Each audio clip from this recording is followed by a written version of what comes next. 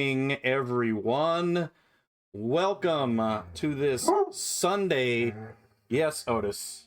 Well, you want to do the intro? You can. All right. Welcome to this Sunday special edition of the Monster Den, and we are going to be doing the Council of Miniature Painters tonight. I know that's becoming a very popular thing where we get together and we talk about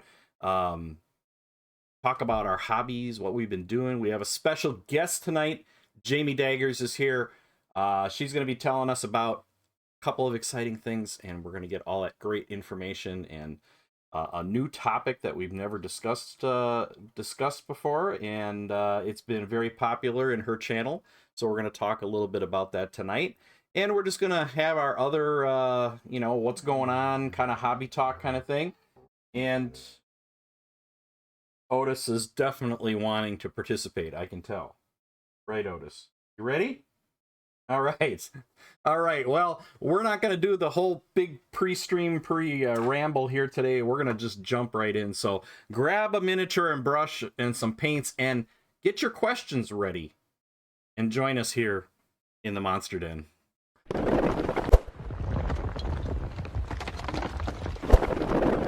All right. All right, everyone. We are here with the Council of Miniature Painters, and we are super excited. I'm going to turn the music down just a little bit and welcome in everyone. So far in the council, we have so many great people. So many great people. And then you've got me. And then Tony. We've got, let's see, let's just go through the list. We have of course, we're going to introduce our very special guest first. Jamie Daggers is here. Welcome, Jamie. Hiya, thanks for having me. Yeah, thank you for being here. It's gonna be awesome, and we're gonna have some good time talking about our favorite pastime here, hobbying and miniature painting. And we also have Tony from You Got Me Monologuing. And if you're not familiar with Tony does the live streams at Adepticon. And the paint and take, the big painting thing where we all worked on a model, that was really awesome. Also is one of the key people of Dragonfall in Lake Geneva, which I got to attend this last year for the first time, where I got to meet Jamie as well. So, and then we have our James Wapple. Hey there. James Wapple is here. Always a pleasure to have James in the channel with some great insight. And then we have our regular crazy people, Painterly Git and Blake are here, and I'm sure the rest of and Otis is here. Otis is going to make sure you know that he is here. I better give him a treat to settle him down right away. There we go. There, eat that. I invited June Gold Bloom to come in and join us. Yeah. So when she gets here, please hit join the stage. She is one of the people who helps out with the 4-color challenge. I might have to add to the roll here quick. Oh, sorry. No and worries. If it would be helpful for me to have my camera on, I can absolutely do that. You can do that. Yes, Reaper did that last month, and it worked really well. Cool. Yeah, that way I can show you. I guess not to spoil anything, but I can show you how I do the 4-color method. Very cool. All right, I'm gonna make sure that June Gold is a member of the right group to get in here. He's in the audience. June Gold, yes. And there we go. Rolls, Council Miniature Painters, all good. Okay, awesome. So tonight we're going to be doing we're going to just start with our just what you've been doing discussions that we always have, and then we're going to have our special topic of the 4-color painting challenge. Really exciting stuff, and I've got some I've prepared questions for Jamie on this too. Yeah.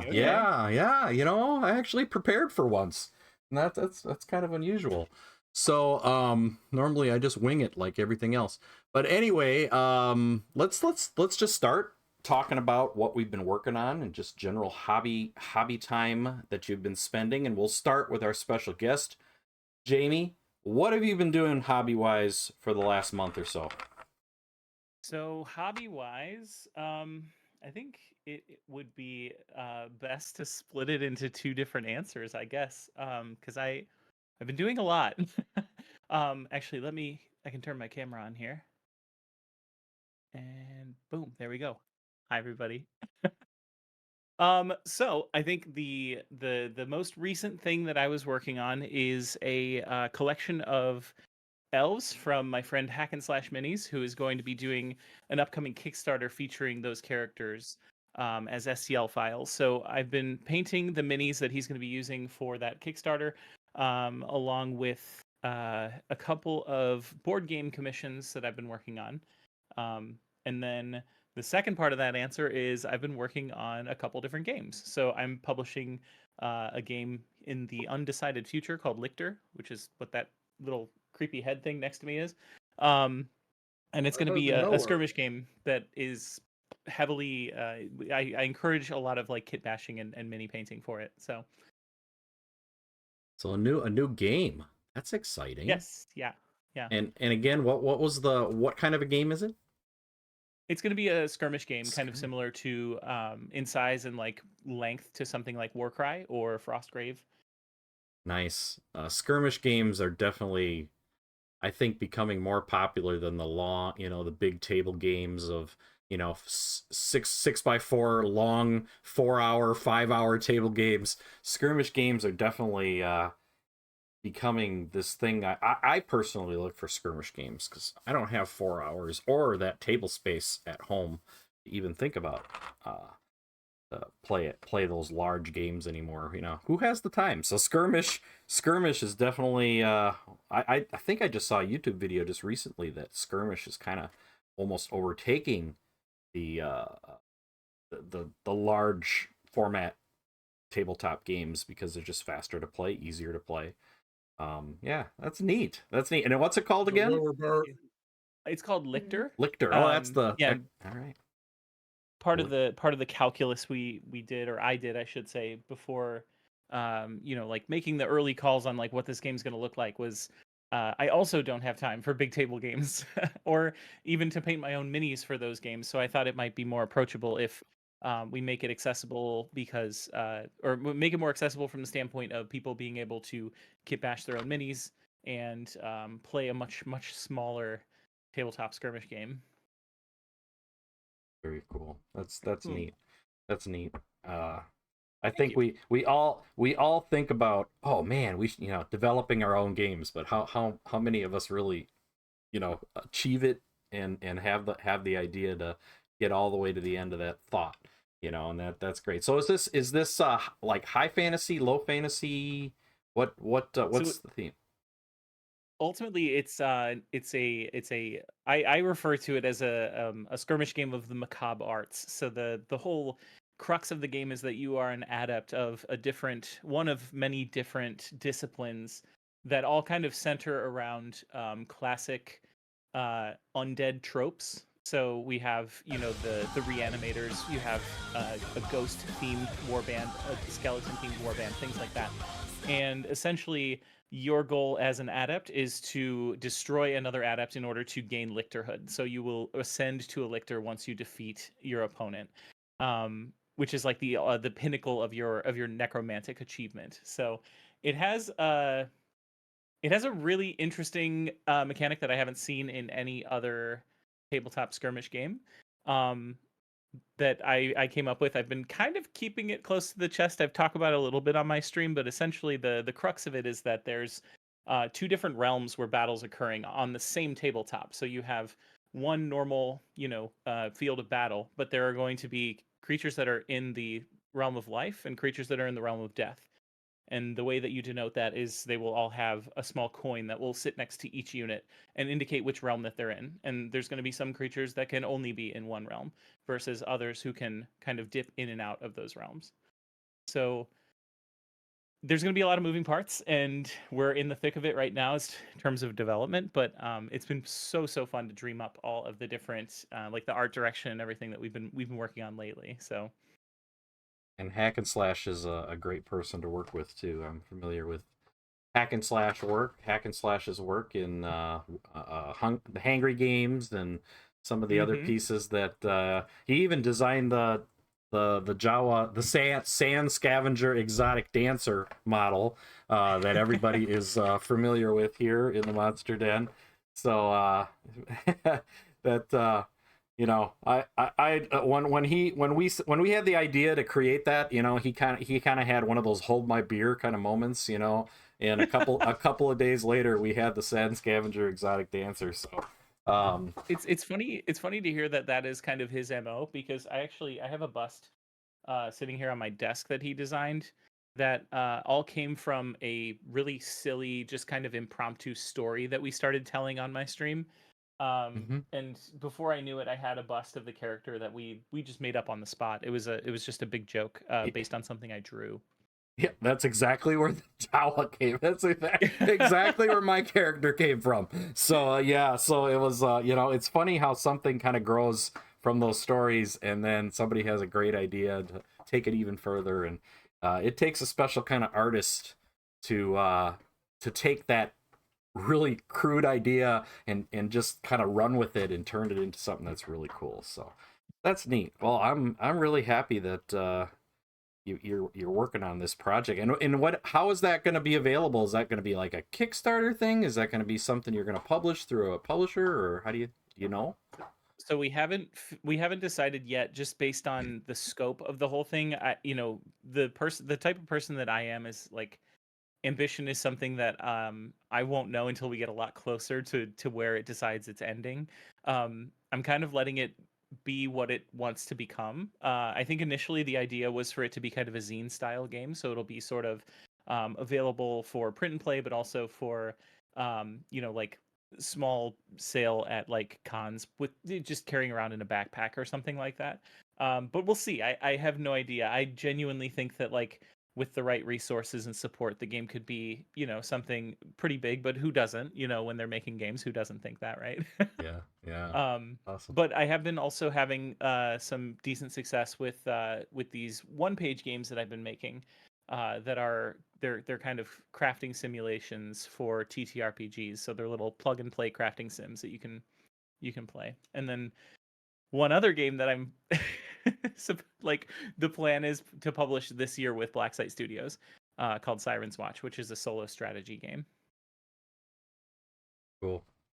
Well, hats off to you for Thank you. turning a hobby. I do this part-time. I have a full-time job and stuff, but I just I really admire people who can turn something they love into something they do all the time, and branch out and do all these different things. That's really, really cool. So all right, anything else you wanted to add, Jamie, before we move on to Nothing immediately comes to mind now. all right, sounds good. All right, let's move over to Tony is next in line. Tony, what have you been working on?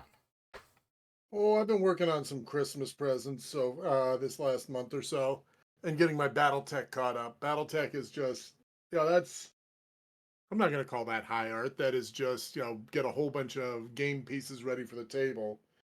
But I'm dropping a couple of links to my Instagram in the chat, if that's all right. You can see the Gene Roddenberry bust that I completed for my father for Christmas. That goes along with his Spock, Kirk, and McCoy that I gave him last year. And then I've got my mother-in-law's gift, which I think is hysterical. So there's a story behind these minis. When I first joined the family 25 years ago, my mother-in-law had bought these high-end gnome statues from some well-known artist. They're like 18 inches tall. She paid like $200 a piece for them. She's been trying to sell them as long as I've been in the family, and she can't get her money back out of them. So she's just held on to them. And a couple of years ago, when Tom Mason did his um, Kickstarter for his gnomes, a bunch of us got in on it in this area, and I bought about 20 of them. So each year, the last 2 years, she has gotten a new gnome to go on in her display. Mine are significantly smaller than the ones that she already has. But she gets a new gnome, and this year she's getting the Shiner and I think they call him the Greenskeeper or the Groundskeeper. But they're adorable. I love these gnomes. They're so small. They take a lot longer than I thought they would take to paint because they're a quarter of an inch tall. But that's what I've been working on lately. Awesome.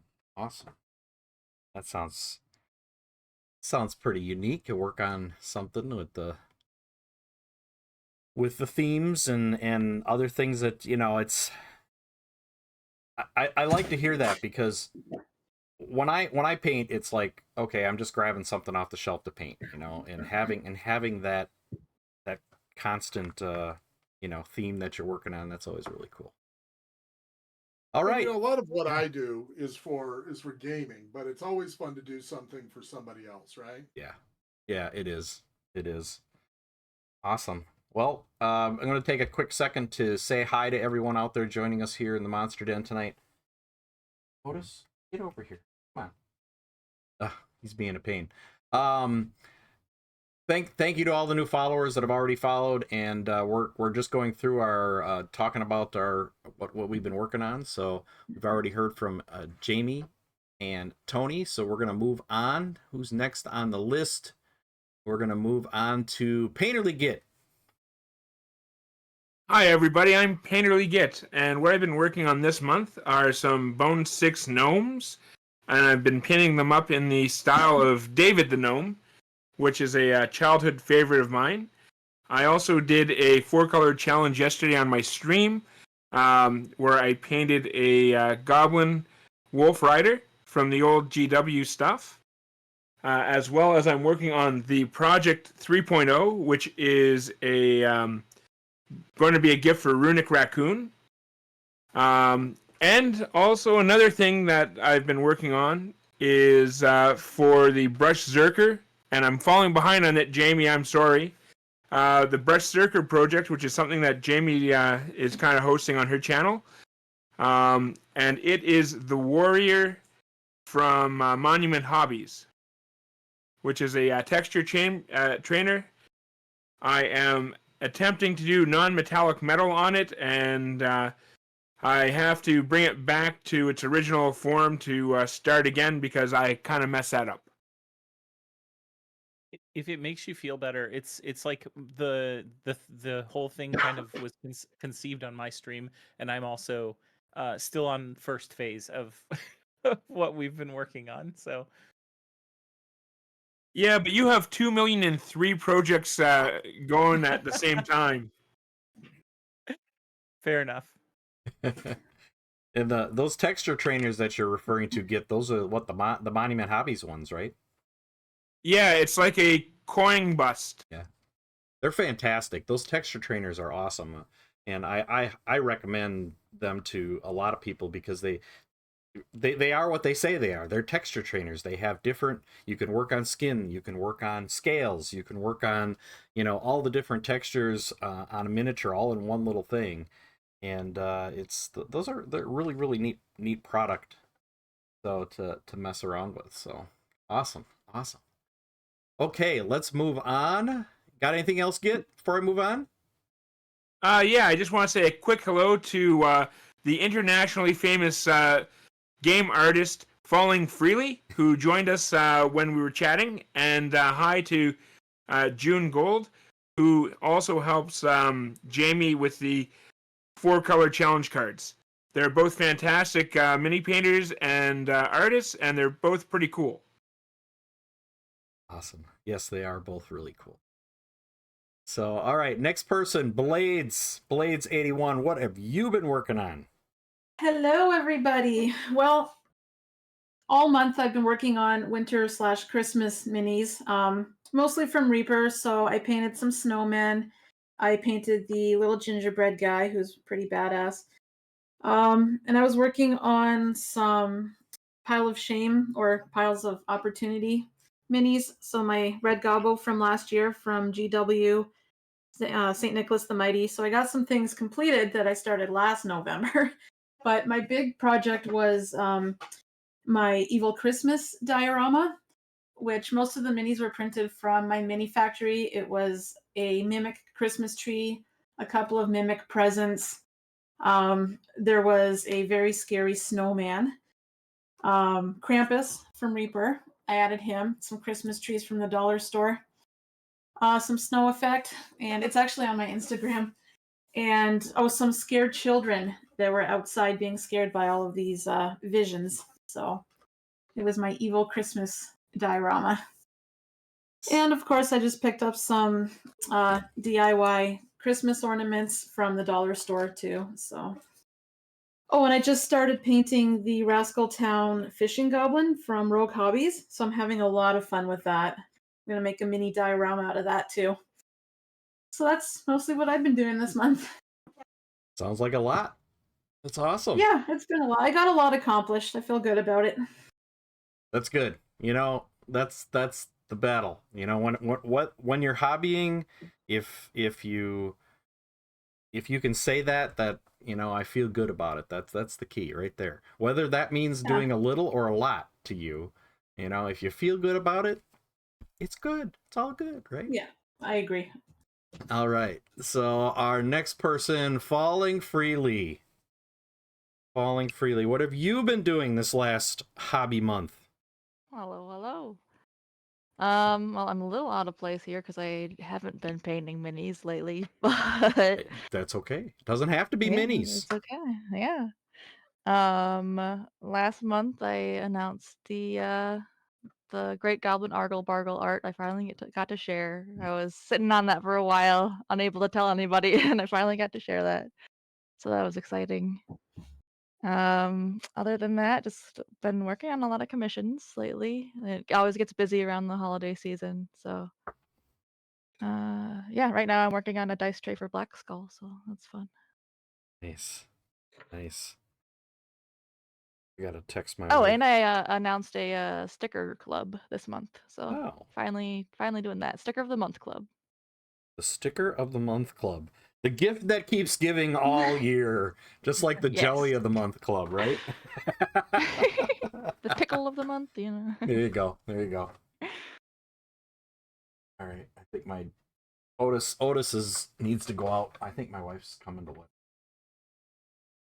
When he's not comfortable, when he doesn't lay down and just be good, he wants something.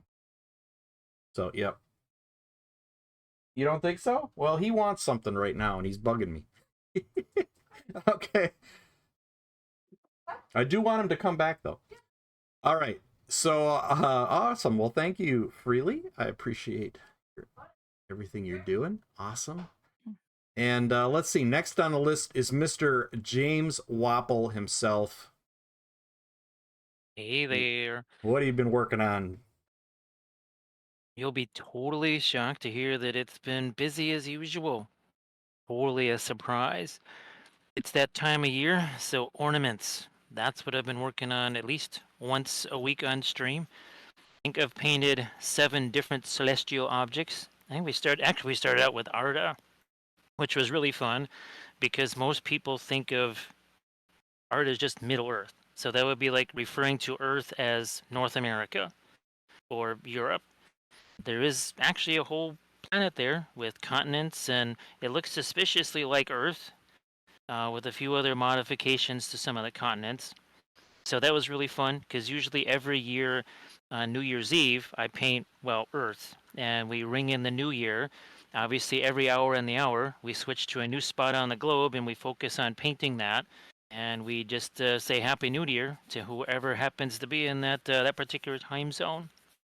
I think we also painted Neptune, Sun, Callisto, Ganymede, and we just did Europa, so kind of a concentration on the Galilean moons.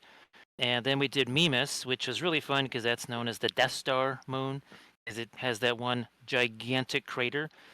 that's literally kind of in the same spot as the big giant weapon dish on the Death Star. So that was super fun, getting to paint the Death Star moon for the first time. Also been focusing on, well, lots of 3D printing. So I've pretty much printed out an entire dwarf town, if you want to call that.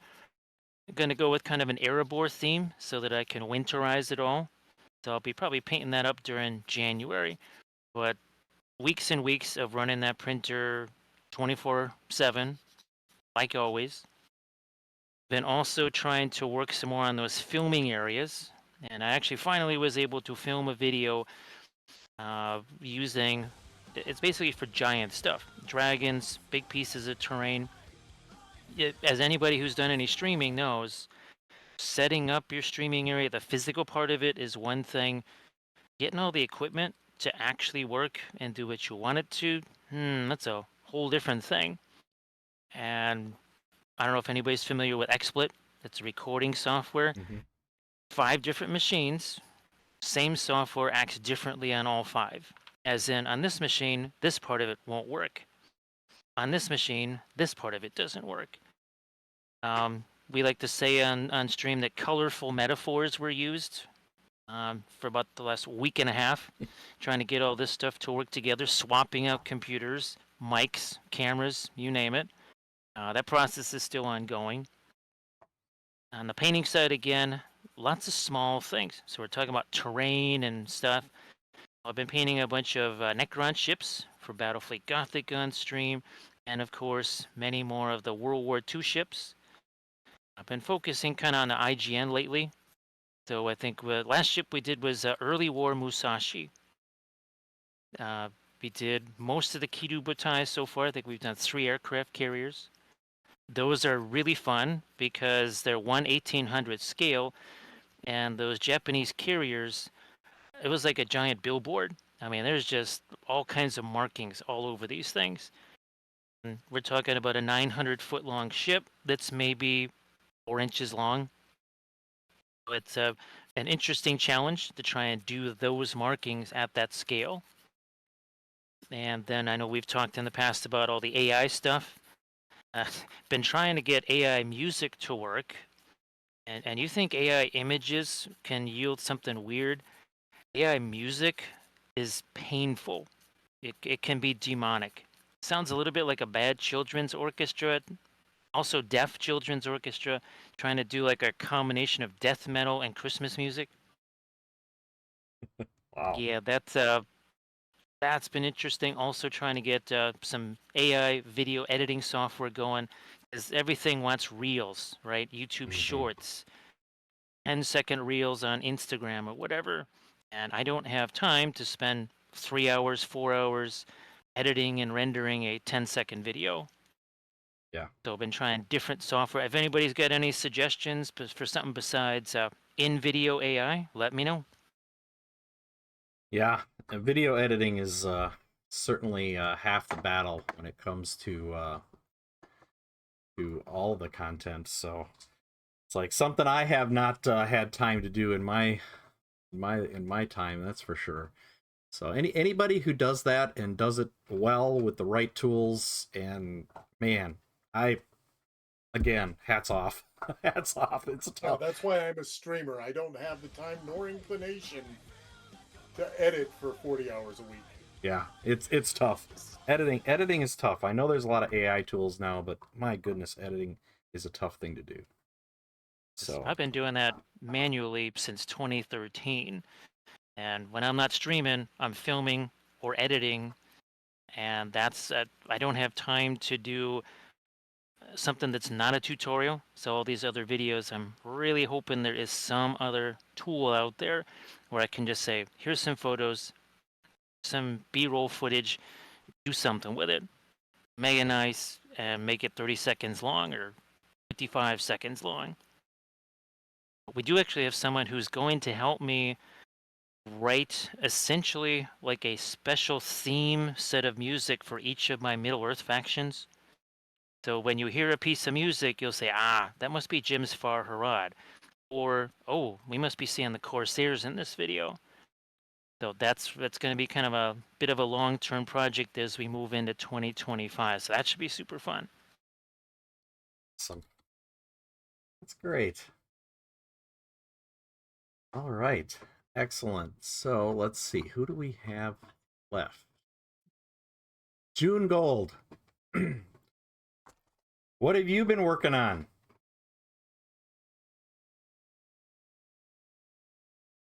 Oh. There you go. So, I've been playing the role of support this last month. All right. I ended up cutting off a big chunk of my finger, so I haven't been able to paint at all. So I've been helping with Jamie in the 4-color challenge. I've been running my printer for other fellow painters so that they could have really cool models to paint. This month, the only painting I managed to do was a left-handed challenge with Holy Fire Them, where we painted some dragons with our non-dominant hand. So that was pretty fun. And that's basically, I think I can paint again normally next week, and I'm super excited for that. So not painting, but just keeping busy with other fun things, though. There's nothing wrong with that. You know, I think we all need balance and to do other things. Just to, I don't know, just to keep things fresh. Absolutely. You know. Yeah, I think stepping away from painting can be a very good thing. And it's like sometimes it's hard to get back in, but it also you have a renewed, you know, freshness for it as well when you come back. You know, sometimes it can be hard to take that step back in, but then once you step back in, it's like, okay, we're gonna hit the gas and we're gonna go. Yeah, it's that's good. It's good to have different things to do. So, all right, and then I guess I think we got everybody except for me. December is a huge a work month for IT. So heading into the end of the year, I haven't done a ton of painting other than on stream, but when I have been, I've been doing Moonstone. Moonstone minis are, I really love them, and I talked about this last night during stream. It's like I love the idea that Moonstone is a game where every character belongs to a game, but every single character is different. So it's not like painting a unit of 5 of the same thing or 10 of the same thing or 150 of the same grots that I painted at one time. It's every character, even if you buy a box of 3 of them, every character in that box is different. And that to me, I love the variety. And I made a promise to myself that I could not dive into my Kickstarter box from the Shades expansion that I got like 3 months ago until I finished all the boxes I had already. So I am down to 2 models. I am down to 2 models left until I can dive into the Shades box. And I'm really excited to be able to do that because there's some really macabre models in the Shades expansion for Moonstone. They're pretty out there. They're pretty out there, which is great. And I'm looking forward to painting those. So other things I'm starting to work on. I'm still working on Doctor Strange. That's going to be an Adepticon piece for the Chosen painting competition. And one thing I told myself here this next week I have to do is pick out my Resin Beast entry. Haven't done that. I've got a short list of about 10 models from Loot Studios that I want to do, but I don't know. We'll see. We'll end up seeing which one. So I've been busy doing that and just staying warm. You know, it's getting cold and snowy here in Wisconsin. We went from no snow to 6 inches like in one night. So crazy stuff. So it's let's see what else. I don't think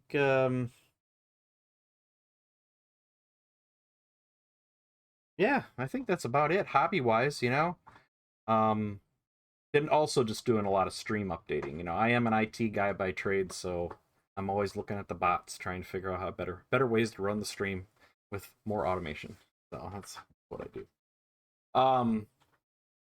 Anyway, great. Well, thank you all for your input. It sounds like you're all doing some really fun things.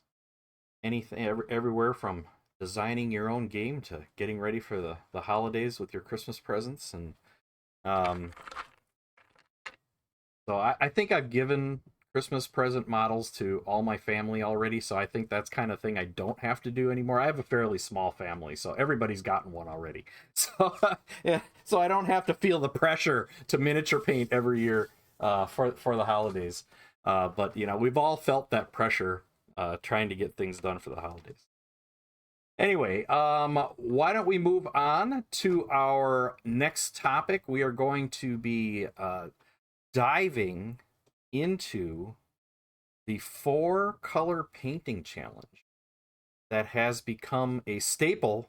I'm assuming it's a staple on Jamie Daggers' stream. She's going to tell us all about what the 4 painting challenge is, and we're going to actually experiment a little bit with this 4 painting. I'm going to try to experiment with this 4 painting challenge here live as we're talking about it. So why don't you tell us about Jamie, tell us about the origins of the 4-color painting challenge and what it's all about. So I actually just thought of this the other day when we were talking about it on my stream. I'm going to switch over to my tabletop camera. Nothing needs to happen on your end, but it'll do a little magic. Okay, cool. So we were talking about this on my stream the other day. I was co-streaming with Holy Fire Them. So it's funny that June Gold just brought them up because we had decided to do a co-stream where we chose the other person's palette and we were painting Relic Blade minis. It just so happened 4 was an arbitrary number at that point. But I ended up having so much fun with it and exploring that as a concept that I think that was about a year and a half ago now. This whole year through all the cons I went to, I taught the 4-color method at all of those conventions as well, including Dragonfall. So along the way, I've managed to pick up a few adherents to the cult of 4 colors here. Including June Gold, who's been a massive, massive help with like promoting it, helping to promote it and everything. And we're very lucky that we have her here to speak on her experience with it, because I think it feels indulgent whenever I talk about how much I think it works for people. But anyway, the 4-color method kind of started with that co-stream with Bennett. And I just kind of started to experiment with it from there. And literally from that point forward, it was something we do on my stream every single Friday. So I have a couple of models here, actually. The most recent one we did was just this past Friday. So I don't have the color palette handy, but June Gold has been making some really, really wonderful graphics that we post on Instagram. And this model, if you can't see it super well on stream right now, this is going to be the most recent post on my Instagram as well. So that comes with a slide on that same carousel that shows the colors that we used for this. But essentially all it is I have my chat pick 4 colors. They're never nice about it. And I paint a mini using only those 4 colors, sparing amounts of black and white if necessary.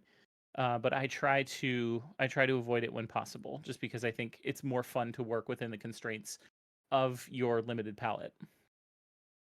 Sorry to interrupt, Ed. I DM'd you the latest 4-color card from the challenge in your Discord.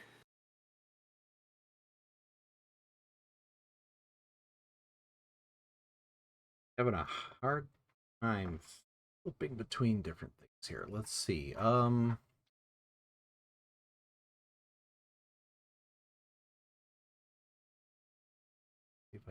Where'd you put it? The Discord DM. Oh, Discord DM. Oh, there it is. Let's see if I can I will do my best to try to no, I can't share it. Maybe.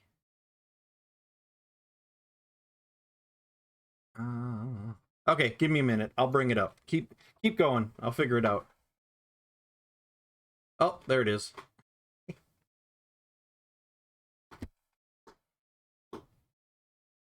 Uh-oh. Did I mess something up?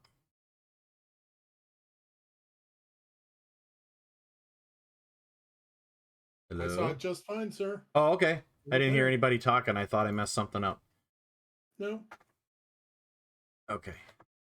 those were 4 ugly colors. That's just mean. Oh, gosh. Sorry. But a lot of people have done a lot of very nice work with those colors. Jamie usually shares what other people do in her Instagram stories. Yep. And then once a month, we gather all the people who have either tagged me or June Gold or used the Daggers 4 color hashtag, and we arrange them into a little slideshow that we show off at the end of the month to kind of show the variety. Well, the goal of it is to show the variety of outcomes that you can get just from mixing those 4 colors into various color palettes, and it's just functionally, it's been a really, really awesome technique to explore because I think it covers in a really rare way. When teaching, I always find that it can be really difficult to target a wide array of levels of knowledge, especially in a hobbyist perspective. I find that so many people approach this hobby from different levels of expertise, and I think it's a very rare technique that can cover a really, really wide range of those people.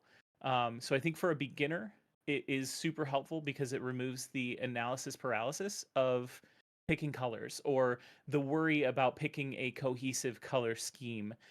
Because a lot of times what'll happen, and I'll show you as we start to do the 4 color challenge tonight, I'll show you how I build that palette out of those 4 colors. And the beauty of that is because they're all blending together in certain ways that those colors will, based on color relativity, will read as a cohesive palette. So it helps the beginner, not worry too much about picking specific colors.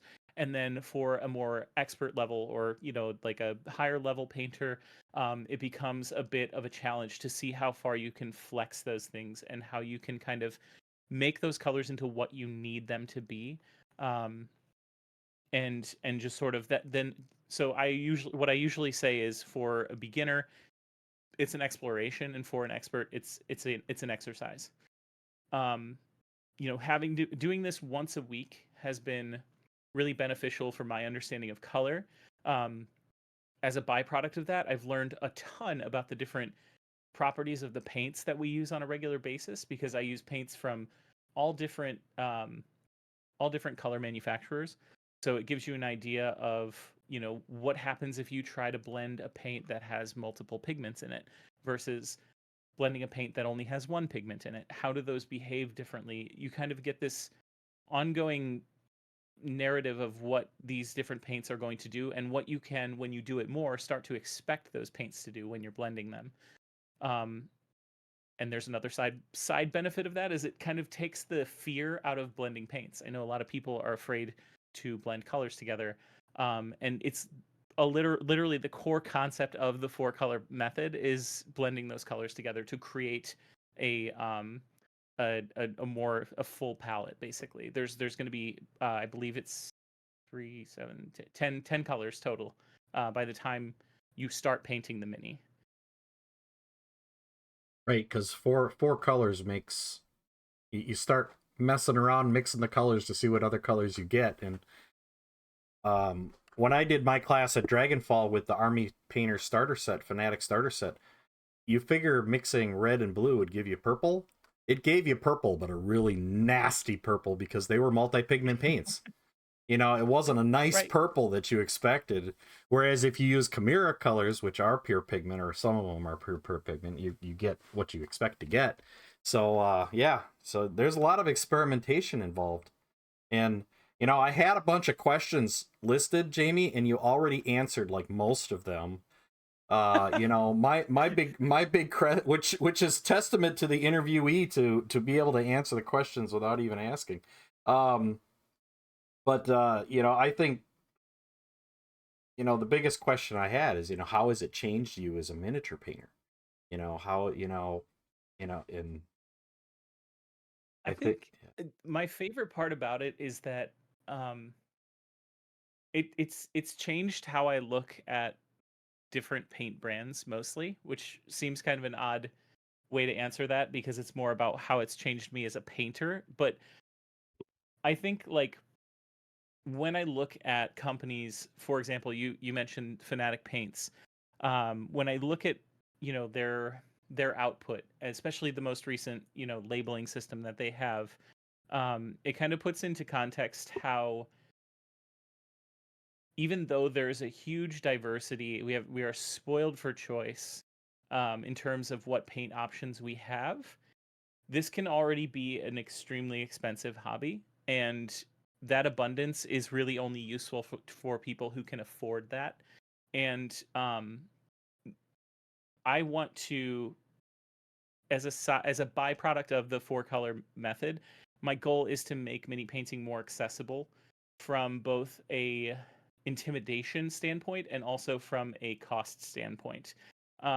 So buying a starter pack like the Warpaint starter pack, for example, giving people the tools to blend their own colors out of those colors can give them a wider array of options when it comes to painting. And so it can kind of delay the need to buy more things, but also it can give you a better understanding of which paint brands you enjoy. Because I think, using war paints versus using Vallejo versus Reaper versus Cuttlefish versus, Monument, I have used and blended almost every brand of paint that we have access to with other brands. And it kind of drives home the importance that I think all of us probably kind of fall back on, which is like you tend to have favorites from different product lines. I like to basically use the 4-color method to run a brand through its paces, kind of. So I lately have been using Warpaint Fanatics exclusively for this because it gives me a really good understanding of not only the range and the variety of the colors within that range, but it also gives me a really good understanding of the texture and the longevity of the paint on the palette and things like that. So it's just as much a mindfulness exercise as it is a a color blending and color matching exercise. There's so many. The thing I love about this method is that there are just so many things going on under the hood, and whether or not you intend to learn them, there's always learning happening because you're observing and you're applying, even if you're not thinking exactly of what that thing is. So you can really like almost kind of sneak these higher concept art theories into your brain by way of doing this, because even if you're not aware it's happening, you're learning something as you do it. Yeah, absolutely. Yeah, and I like what you said about, we all have our favorite main brand, but it's like there are certain colors from other brands that I still like, and I still gravitate towards those. I love the Reaper holiday colors. There's just nothing like them. I mean, they're awesome just for those or alone, and there's just so many great paints out there. But learning how they interact with each other and learning how you can even save money. I mean, if you have the right set of colors, you can technically make every color, and you don't need to buy 100 paints. It makes it easier when you're painting an army to have the same colors available to you all the time. But if you're a one-off painter and you just want to mix colors, it's you don't need every color in the rainbow to experiment. You just need your primaries and good mixing primaries. I need all the colors. You need them all. I'm Tony. I'm a paintaholic. That's fair. That's I'm waiting for the day when you no longer hear me talk about the 4-color palette. It's the day that I finally got, bought out by some of the bigger paint brands to stop convincing people to buy less paint. No, I'm kidding. I genuinely, like, my goal is to really like get anyone who even has that moment where they're like, man, I kind of want to try painting a mini. My goal is to reduce the barrier to entry as much as possible, because as we all know, we do that every day when we decide to sit down and paint minis. We all have ideally a hobby setup and a space where we can leave that stuff out so that as soon as we get home, we can throw the lamp on and start painting. The same thing goes for removing those barriers to entry for new painters, right? Um, the more times you tell somebody, oh, well, you're going to need to go out and get brushes, or you're going to need to go out and get these very specific paints and find a model you want to paint. And each time you add a layer to that, it becomes less and less likely that they're going to continue to do that. And I think that um, beyond that, having early wins when you are approaching a new hobby or a new skill can be a really great way to kind of lock that in and get you excited to do it more. And so this method, like, again, once I show you how I build the palette and everything like that, it can be just a really, really dead simple way of getting something down on the palette, ready to go, and you're just playing with paint. It's something I tell my students all the time is like, I would be out of a job if everyone knew this. But in reality, when I go into a classroom in front of people, all I'm doing is giving them permission to mess around with paint. A lot of times people are just kind of afraid to do that. And I get it. I was there at some point, like early on in my painting career. And now I don't do a single model without blending at least some paint. It can teach you how to adjust a color ever so slightly so that you can get a little bit more saturation out of it, or vice versa. Remove some saturation so you can build in more subtle contrast. And all these things again are operating on this level that you like barely even know it's happening. Yeah, I learning to tend to mix. have a lot of fun noodling around, doing the scrumble, if you will, with, it's like, oh, I need to darken that. What's on my palette already? As opposed to going Yeah. and finding Mm-hmm. another color, just find something I've already got out and be like, let's see how this will work. Because it's just, at the end of the day, it's just paint. That's a I can always question. paint Yeah. over it. That's Yeah. a question I ask myself every time I go to pick a new color. I say, when I find myself reaching for a bottle, I look at my palette and say, can I make a brown? I need a brown for this leather. Can I make a brown out of anything on my palette already? And I'll start mixing things together to try to get that brown, because that will lead you towards a more harmonious color palette as well. Because you're, the mother color theory, where if you use the same colors in all your colors, it's going to be harmonious automatically. You can't get a clash.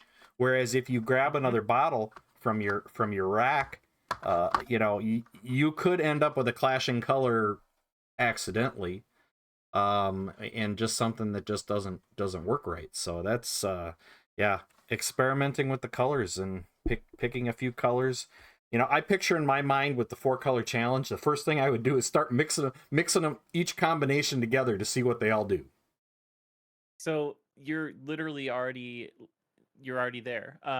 What I do, and perhaps it would be best to show you. So if we maybe want to pick 4 colors, I can give you an idea of how I build that palette. It's the first thing we do every Friday on stream is I have people start kind of just like almost like an improv show, just like shouting out colors, and Okay. All and right. then I I pick a can few try off of this. my. Okay, Yeah. Gotta chat. do a plum. Brilliant.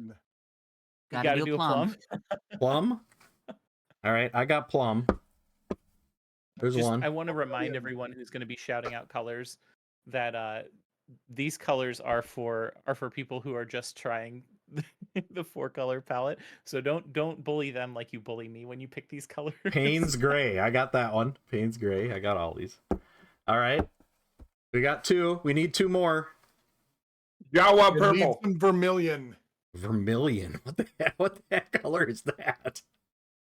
Here we go. Vermilion. I love the It color is vermilion. a super. Here, let me turn on my camera here. Not that one. You don't Ice wanna turn yellow. on It's face. yellow. Orangey red. Okay, I got that. All right, I got a orange red. It is a super bright. I use this for highlighting my bold Puro. It's a step up from a pure red, brighter, but it doesn't lean as orange. Okay. Well, I got orange red from Monument. I got Payne's Gray. I've got purple, and I've got green oxide. Those are the first ones that were all mentioned. Okay. So what I typically recommend, actually, I'll have you guys help me pick this green oxide. I'm not sure if I have. Gotta mix Something- these up. exactly like that. Some of these colors What I am I haven't looking used. for with a green oxide? Kind of like something like that. The green oxide I have is a little more desaturated than that. Okay, okay. I It's can kind do of a that. whitish green, almost like I'd imagine almost. Wait a second, isn't there a faded green? Like a faded sage, green. almost. Almost a gray green. Yeah, it's like Monument's faded green. I think green oxide from Okay. Chimera is a little more saturated than. Okay. So what I typically do, this part of it is just preference, but I usually align them from darkest to lightest, or as close to that as I can get, because what we're going to do is we're going to put 4 drops of paint on the palette, and again, I put those from darkest to lightest or close to it, and grab a brush that you don't care about. And you can use white and black, correct? Yes, absolutely. For my, when I do it on stream, I try to avoid it as much as possible, just to add to the challenge. But absolutely, like sometimes you are building a palette that looks like a slam dunk, and then you start painting with it, and you just can't get any variety out of it, or any, like depth, any shadow colors, anything like that. But it's black and white specifically on purpose because those don't necessarily darken or lighten, they desaturate. And so I think it still fits within the bounds of it being kind of a challenge, because really you're not getting a whole lot of saturation out of those darker and lighter colors. So it really does just serve the purpose of making highlights and shadows for you. Well, somebody shouting out Payne's Gray kind of gave me the easy button on the Yeah. shadows. Yeah. But They were being nice to you. the brights the highlights are a little tougher because they're gonna get desaturated, no doubt. Oh yeah. With Yeah. white. So once I have these laid out like this, I start in a kind of a very specific method. I'll explain it 2 different ways because I find that usually people grasp onto one way or the other and not both. But typically, from a numbers perspective, we're gonna make a row of 3 paints down here by blending the pairs of paints across the top row. So we have 1 and 2. We'll do 2 and 3, and then 3 and 4. So I'll take some of the dark plum. And this is where like I really start kind of paying attention to what's happening when I blend the colors. So for example, which pigment is like stronger, which one's taking over here, because that mental note will help us later if we want to decide to darken one of the other colors. Because once we build this palette, you can like the all bets are off. You can start mixing in any other color. You can start highlighting with whatever you want. But really, all this is like turning our 4 colors into 10. So I've mixed 1 and 2 there. I get this really nice like midnight purple. So I'll take the Payne's Gray and the vermilion. Mix those up a little bit. See, and Monument tends to have stronger pigments, so I'm going to add a little extra vermilion there just to get something slightly different. So it gives us this nice, for me, it's this like almost battleship gray.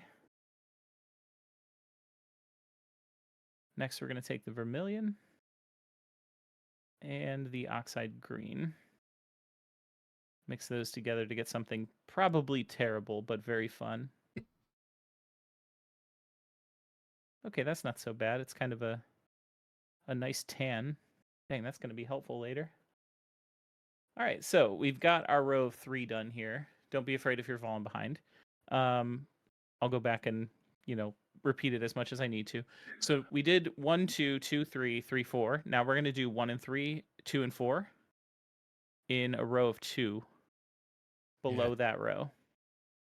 So part of this, like part of the reason I keep it so organized is because when you start painting, it's going to be a little bit harder to keep track of which color comes from where. And so if we build the palette this way, kind of in a formula, we have a kind of at least an idea of what range that color exists in. So we know which colors, as long as you remember how we blended them, you'll know which colors came from which well, essentially, or like some alteration therein. So this is 1 and 3 down here, and then 2 and 4 we'll take a little bit of the Payne's Gray and some of the Oxide Green. And you'll notice too that like when we're doing this, as we're blending these colors, there are really immediate standouts for triads or, like midtones and highlights. There's very clear almost delineations between what colors are going to work really well for, um, for what part of the model that you're painting. Sometimes that isn't the case, but sometimes you get really lucky, and that super helps. Okay, so for the final color at the bowling pin kind of shape that we're building here, we're going to take color number 1 here, so this dark plum, or your plum color, whatever that may be, and I'm going to mix it with the oxide green.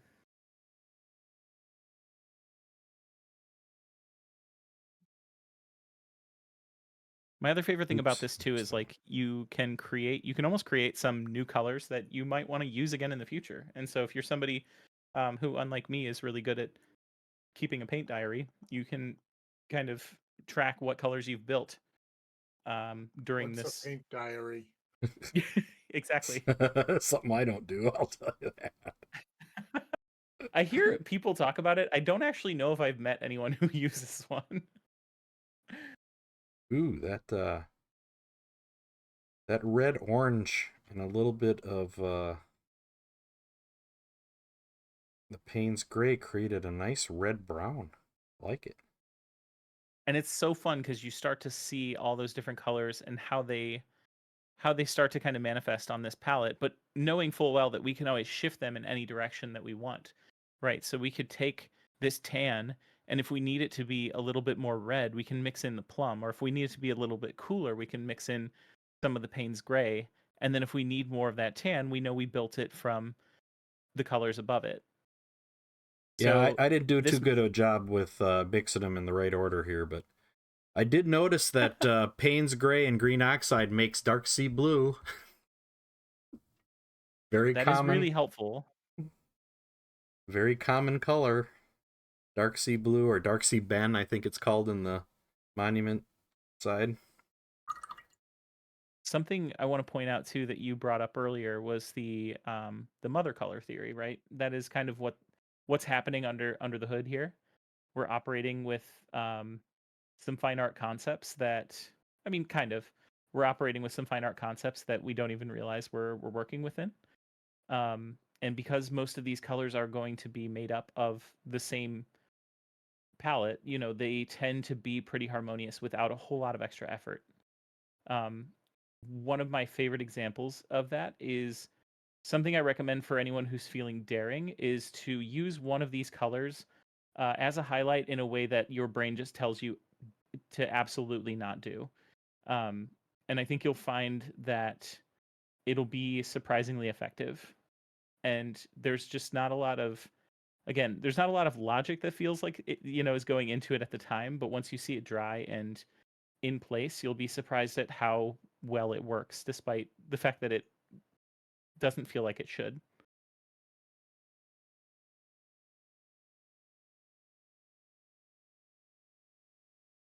Noticing that the Pro Acryl White, boy, that's blowing out the color in a real hurry. And you only need a tiny amount. Yeah, and that's usually why like my approach to it is keeping the any other additional colors sparing, just because it's not only, like again, for the sake of the challenge part of it, if that's what you want to achieve by doing this, but because it's also only mildly helpful, and that's again kind of by design.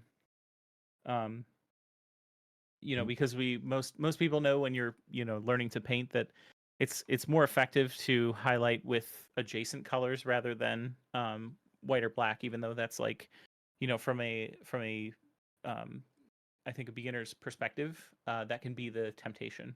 Michael Paints Minis asks, since you are working on a wet palette to do this, do you feel it's more difficult or easier to determine the opacity of the combined colors? Do you find there's any challenges with including like heavy coverage paints? That's a super good question, Michael. So one of my favorite paint brands is Huge Minis. and they have what we would consider to be more of like medium body acrylics, and they are also very pigment dense. And so um, when I'm using them for these challenges, I find that um, you definitely get more control over what the final, the final consistency of the paint is. But you have to work it a little bit longer when you're working with those heavier body pigments or heavier body mediums. That said, I do think sometimes when I'm painting, if I really really don't want to cheat in black or white, I say that with kind of a you know scare quotes. I don't think it's actually cheating, but um, when you want to cheat in those black and white colors, sometimes, or when you don't want to, rather, sometimes I will play with opacity to use the undercoat. I usually prime in black, so I'll use the black undercoat to kind of give me a little bit more depth in a color if I paint it on thinner, for example,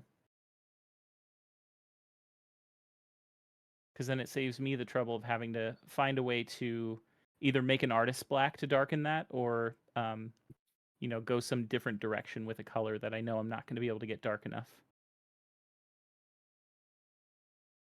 And I think another challenge, kind of going along with that, is the whole. Do you account for the fact that the paint's dry darker, or do you just try to do some samples then to kind of figure it out?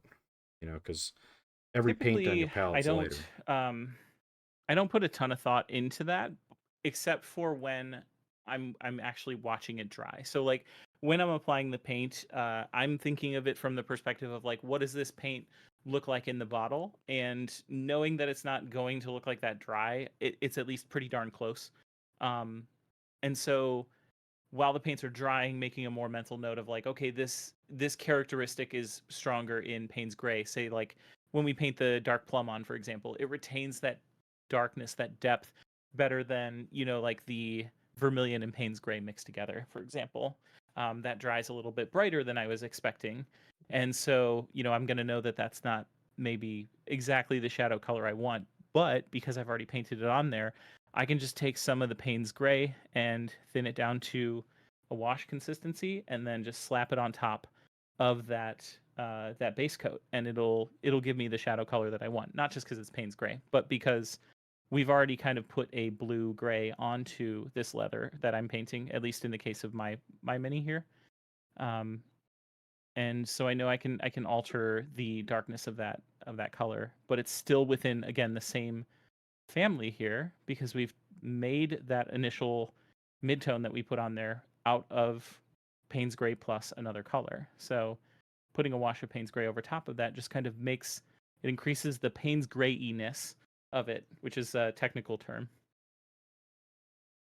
Yeah, the one thing I noticed right away doing this is that I knew, since I didn't have a really good highlight color, nobody suggested dark warm flesh or sunny skin tone, or even ivory.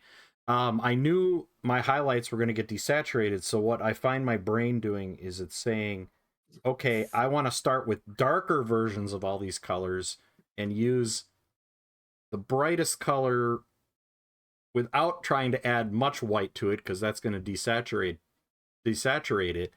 And I want to use the original color as my highlight as close to possible. So I want to start darker and move up to it, because I can't move too much higher than it without, adding white, and that's going to desaturate. Right, and that is, a lot of times in the times that I've done judging panels and things like that, a lot of times questions of contrast come up. That's usually the feedback that everyone gets, when you're doing competitive painting or you're asking people for feedback, is drive that contrast. And it can be so elusive for people who are just not, they don't have a strong art background. Myself, I didn't do any physical art prior to painting minis.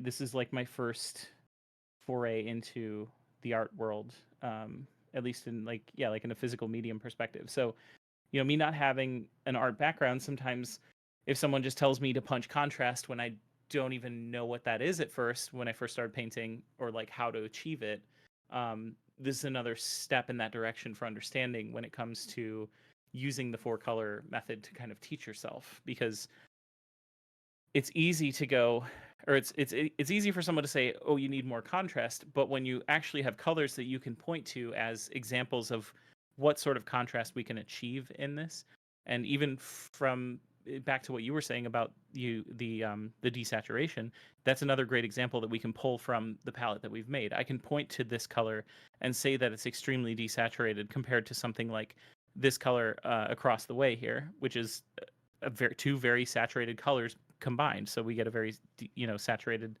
color as a result. So you have physical examples of what those mean, so that even if somebody doesn't know what saturated desaturated means, you have it in front of you, you can see it with your eyes, and you now have that example so that you can slowly start to build that understanding of what saturated and desaturated is.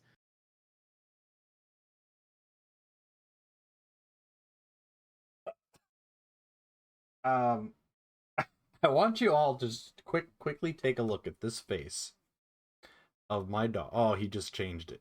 And tell me what he. Oh man. Let me put it this way. My eyes are watering right now, and he just sat there and he's staring at me like he knows what he did. This dog. Oh my goodness. Whew. Otis. Man. That's terrible. Okay, yeah. See that he doesn't choose what he eats, so it's oh on you, man. Well, we haven't given him anything weird lately. Oh my goodness. And the thing is, he knew he did it too, because he looked at me like he's guilty. He's guilty. Anyway, sorry to digress on that. Scare himself with his parts, and then he runs away from them. Yes.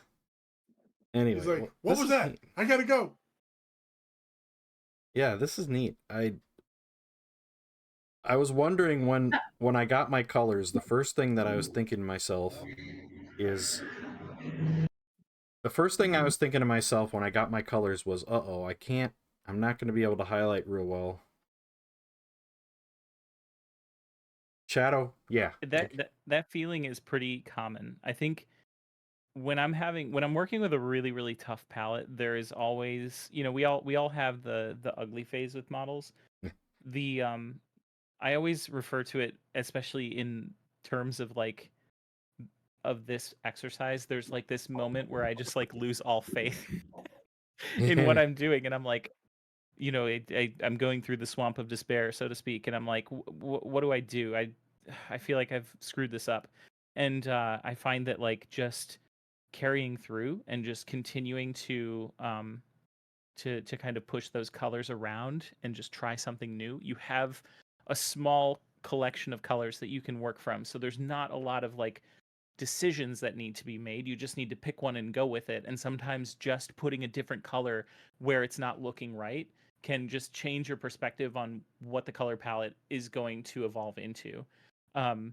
Something I try to tell students that that take my classes is, if you're a new painter, that's okay, because a lot of times when we're learning a new skill, especially something as high of a skill ceiling as painting, we can get caught up in proper terminology. We can get caught up in like techniques, and like even the technique du jour, like slap chop or something like that, when in reality you don't need to be a chef to know what tastes good, and you also don't necessarily need to be an artist to know if something objectively looks good or not.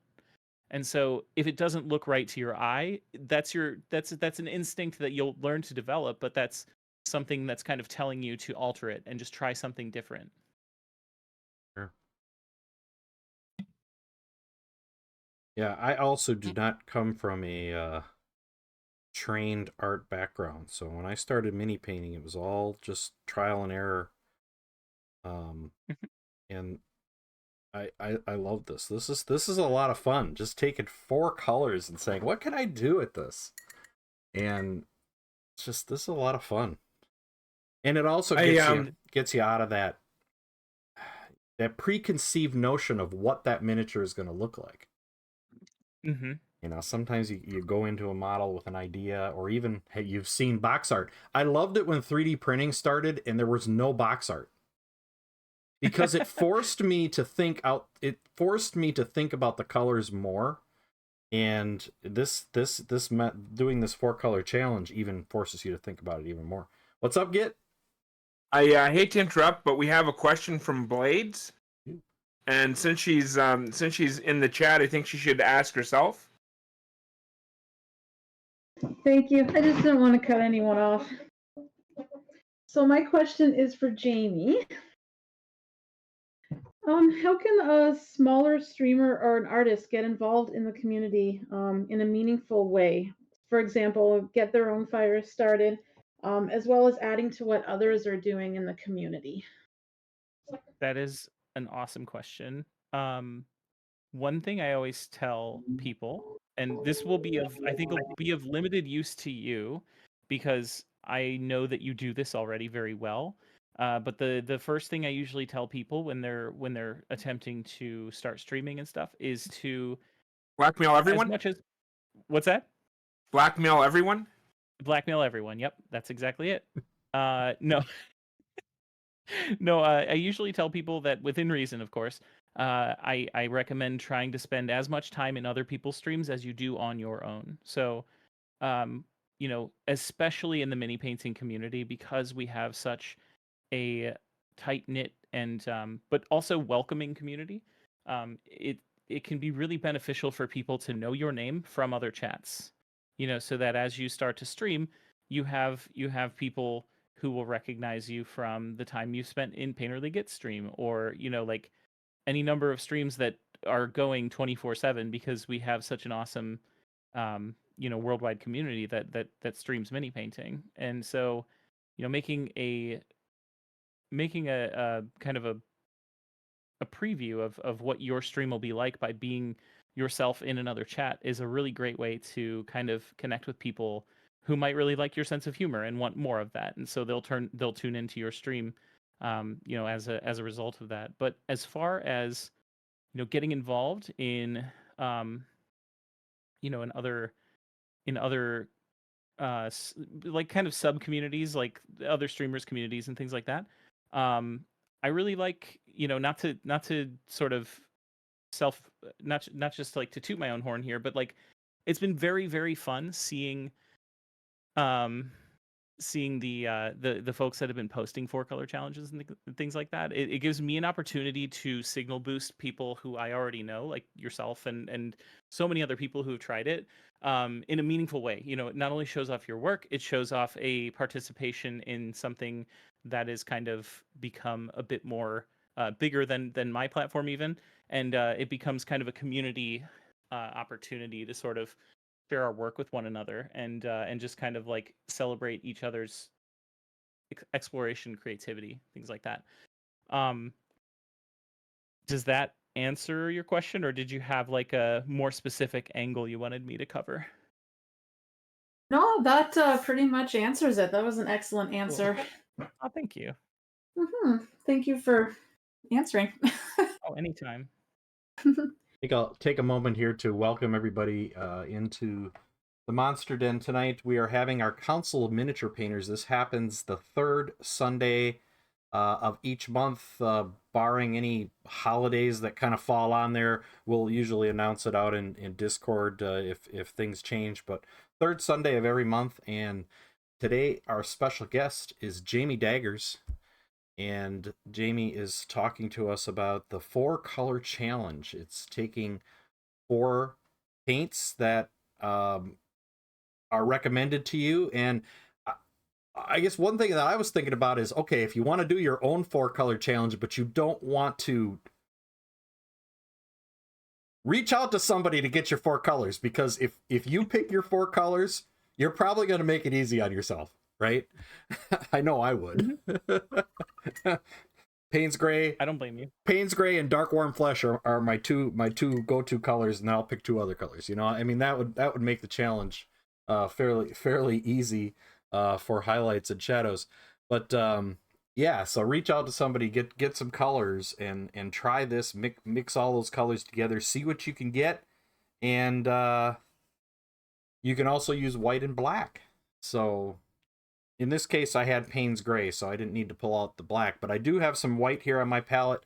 I'm finding that it's really desaturating my colors in a real hurry.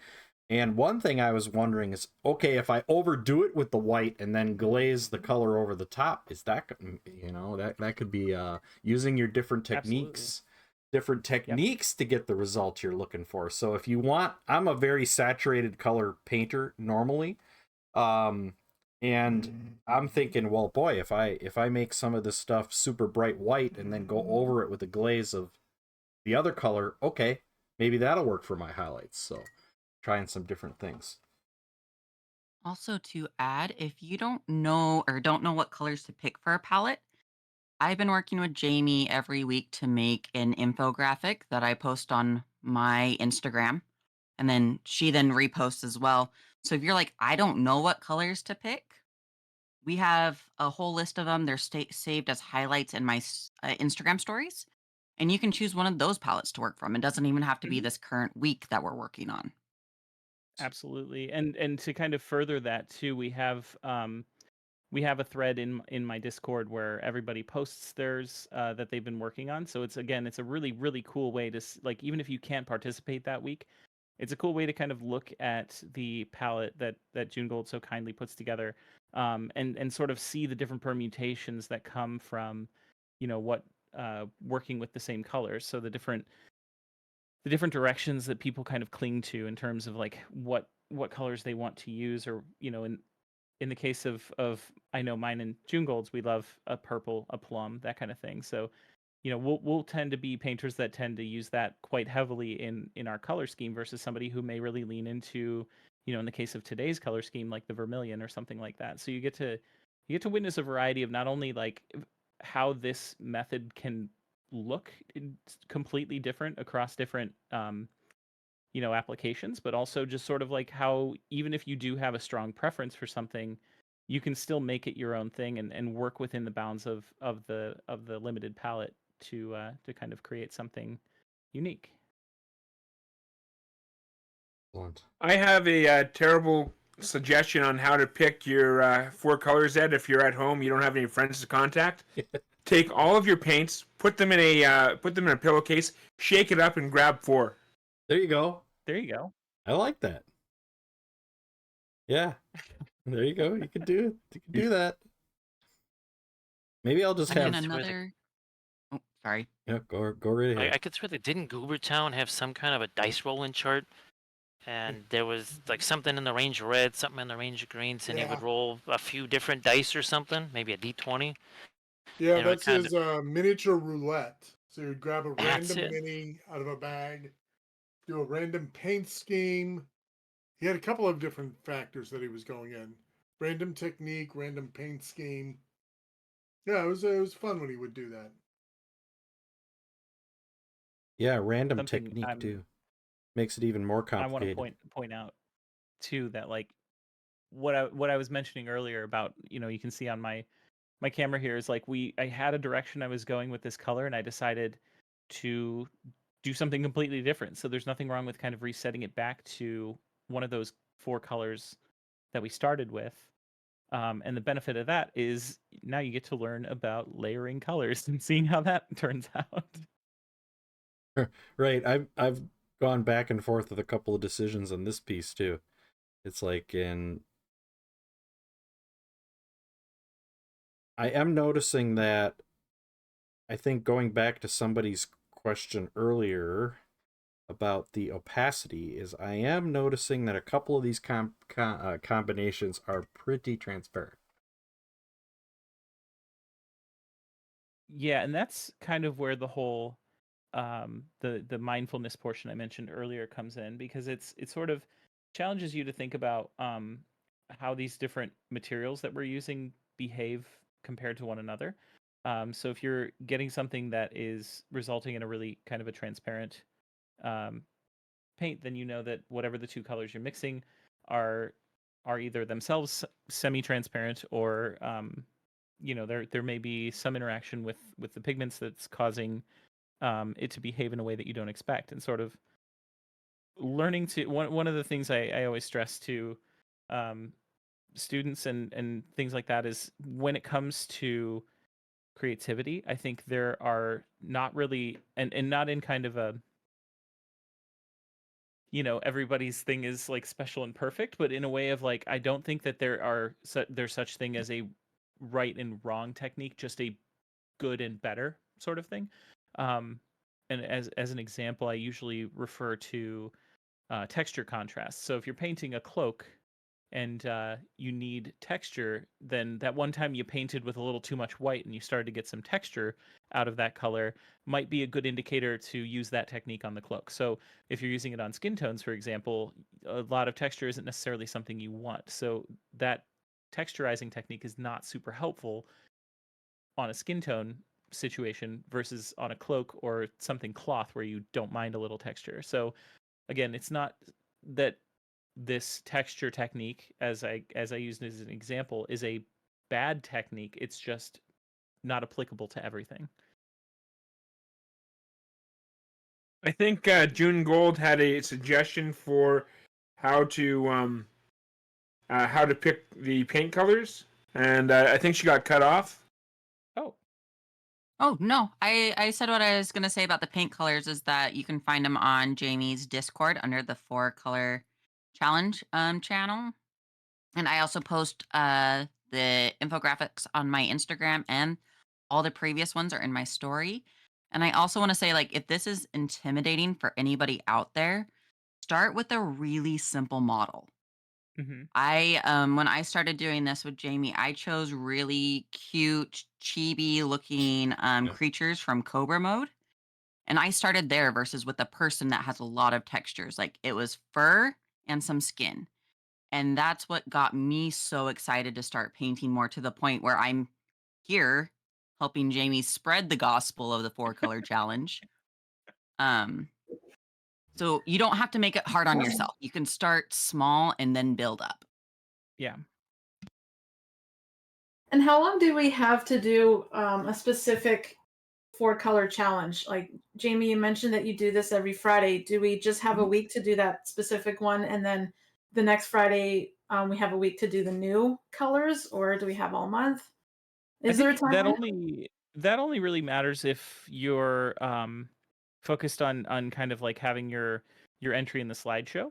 The challenge portion of it is sort of just implied. I do find that like in the spirit of limitation prompting creativity, sometimes putting a time limit on your 4-color exercise can be really, really helpful for getting you to take risks in a way that you don't normally.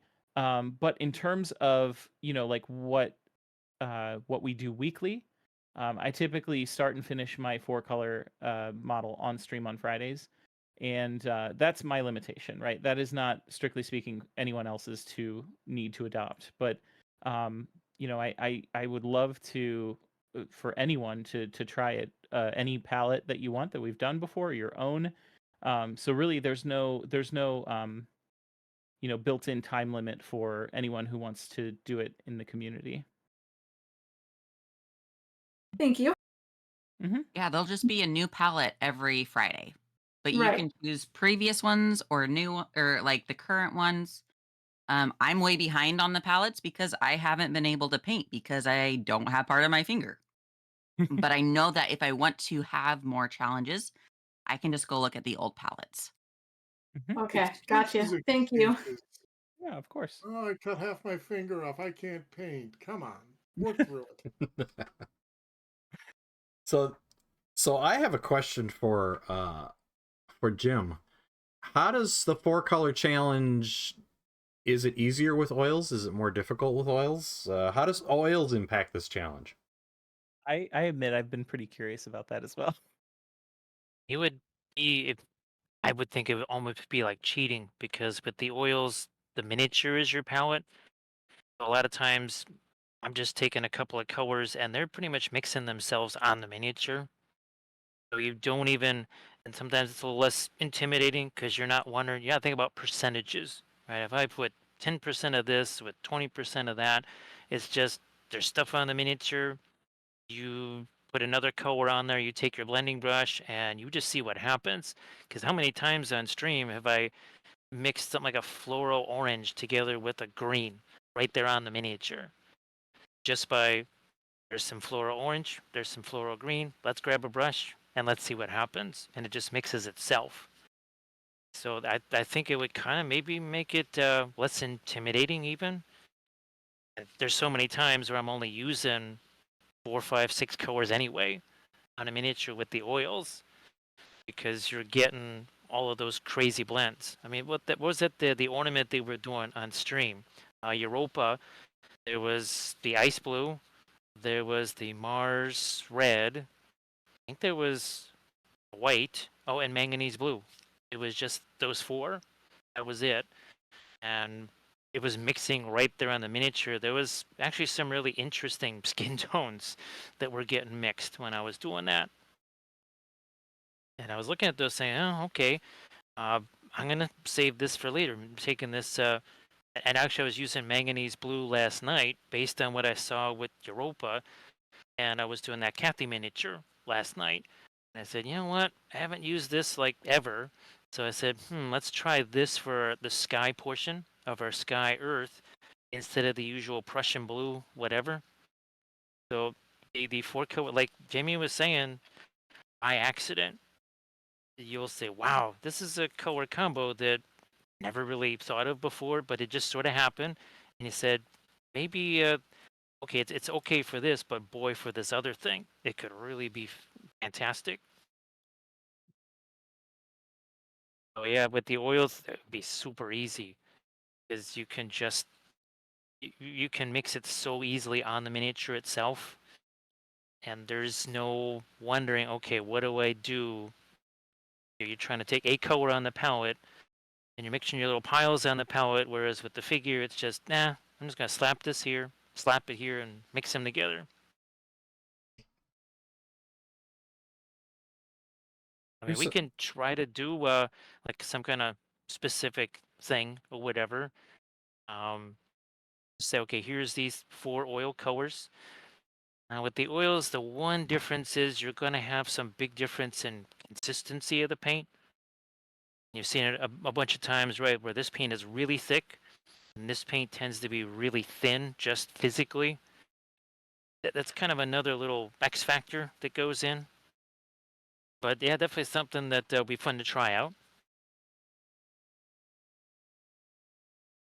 another thing that I'm discovering here really quickly, and even though you don't have it, I'm finding myself begging for a certain color on my palette, like a yellow, and I'm like, how do I get around that? I wish I had a yellow on my palette. I wish I had this color on my palette.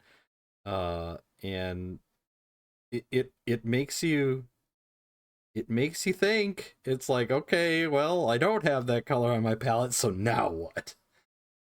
And Yeah. you desaturate the tan that you made with the white, and then add in your kind of orangey red color to get a yellowish Yeah. proxy. Yeah, I haven't gotten close because yellow is a primary color. You can't really make it, so you gotta, it's tough. So you gotta find, okay, well, what works, what doesn't work. My favorite part of that is kind of what Painterly Get was just referencing is um, a little side benefit of trying this again is kind of learning a little bit more about color relativity. Because I've been in situations like that before where I had no dark colors to work with, and that's why I like trying some more challenging palettes can be really fun and educational because you find yourself in that position a lot, and then you start to realize that if you can get even close or you can kind of just use it as that color even though you know it's not that color, use it in the same way you would, um, by virtue of all these colors again being built from the same 4, you'll find that the effect is still there even if strictly speaking the color is not. That's what I had to do to get my bone and goblin teeth for the 4-color challenge I did yesterday. Okay. I think that one of my earlier ones, let me see if I can grab the model. Give me just a second.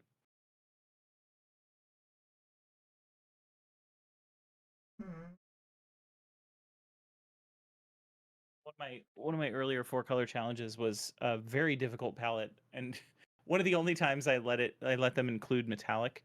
But this model, I had no browns to work with, and I had a lot of cool tones, so I had very little that I could make in terms of flesh tones. It was really difficult to not get anything that wasn't just a bright pink.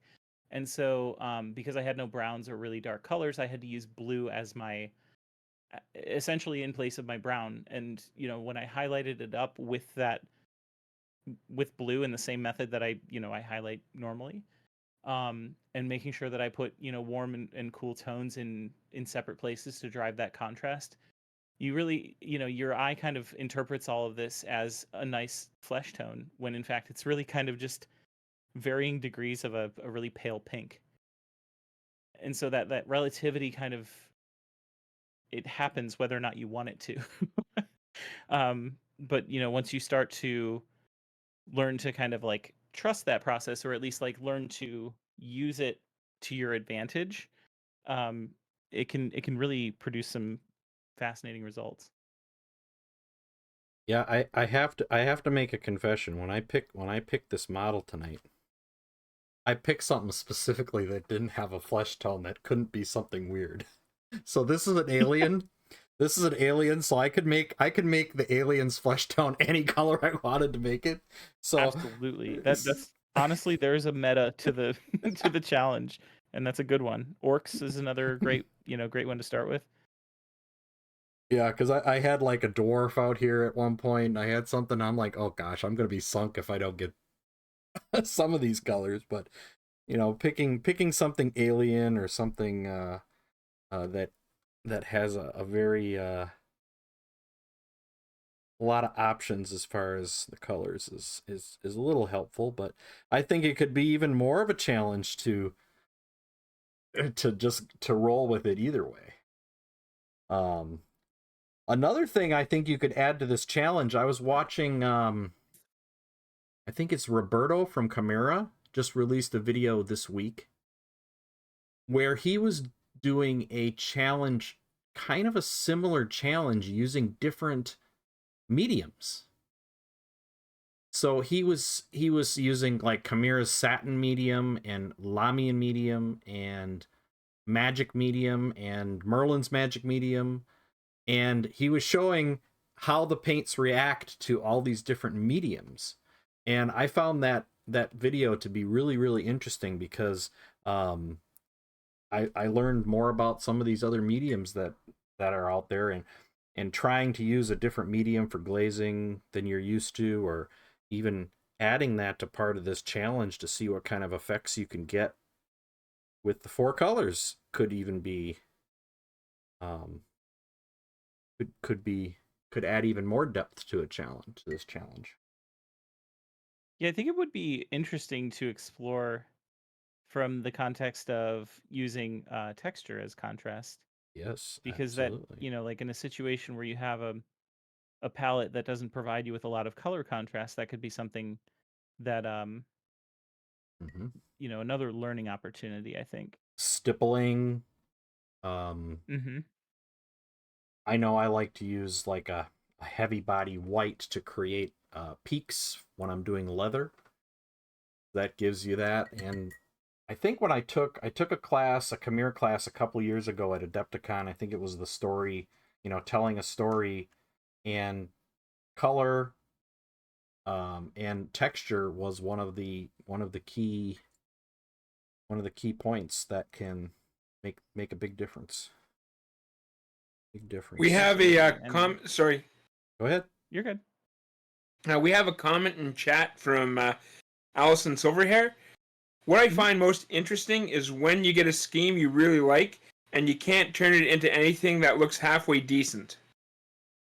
That is always a bit of a, throws you for a loop, because I'll get a scheme that has a bunch of colors that I love using separately, but once you start blending them, they turn into nothing or very little.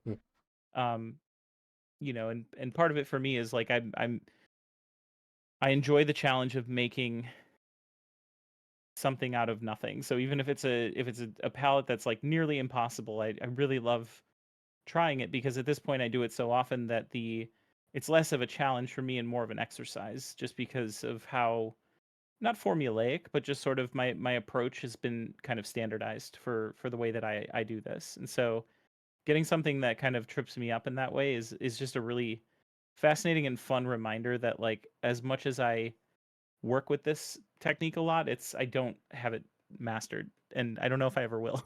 Mhm. All right, we got about 5 minutes left of this part, and then we're going to have our question that is not really necessarily hobby related. Last month it was if you could have really an unuseful superpower, not unuseful, but things like flying and that kind of thing. Those things were off the table. Kind of a useless superpower, what would it be? But this, I'm going to give you a couple minutes to think about this, and what I want you to do is I want you to say something that somebody might not know about you. Something that may or may not be hobby related, but maybe something some people don't know. So that's a common break the ice kind of question. You can use that at, unfortunately I have to deal with those kind of questions in our HR meetings at work. But so I'll give you a little bit to think about that. We'll do that in about 4 minutes. And we'll do a round robin.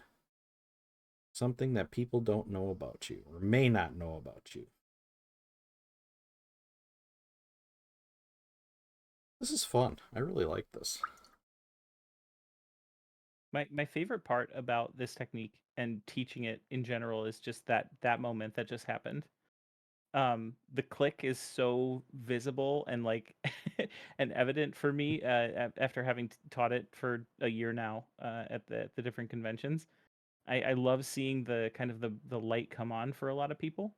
It's like pure adrenaline for me. It's my favorite part of teaching. And I think this is just a great techniques for new, seasoned, just all miniature painters should do this. Try to pick a model once a month that you can paint in a couple hours using this technique. I think it's a lot of fun. A lot of fun. So I just to toot Jamie's horn again because I'm big, big cheerleader for Jamie. Um, her challenges have actually gotten me awards. Wow. So, like, because they're so fun, you start working harder and harder at it. And I've actually been able to place with some of these challenges. Wow. So give it a shot, even if it's intimidating. It scared the living bejeebus out of me when Jamie's like, "Try this." I'm like, no way. Hmm. But it's so much fun. And if placing is something that you're interested in, you can give it a shot. Take it to a competition, see how it does. Yeah. I think Or an there's exhibition definitely like you have at Dragonfall. Yes, the exhibition is definitely the place to take it. yeah. Dragonfall is number one place to go if you want to show off your art. I heard think that there's the person in charge of the hobby area in Dragonfall is a bit of a Oh, tyrant. he's an absolute douchebag, is what he is. I heard he kicks babies and throws kittens. I've also heard that he smells. Guys. there's to kind of capitulate on what Jungle was saying too. I think there's a prevailing wisdom in the idea of, like, typically I think we've all been there where you just kind of get locked in and you're painting something and you're having a good time with it, and then you step away or you walk away for a few days and you come back to it and it's still one of the coolest things you've painted.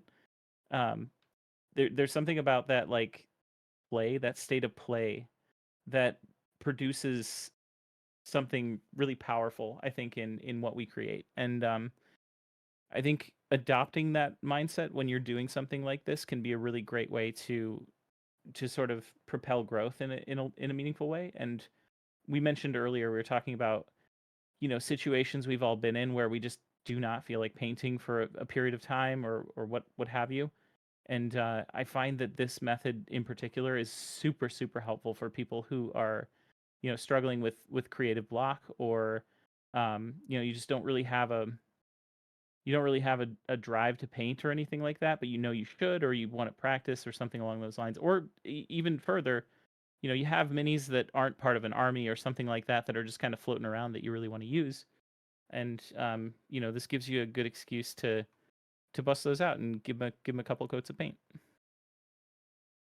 Absolutely. All right, we are at 7:45. Can you believe an hour and 45 minutes have already shot right by?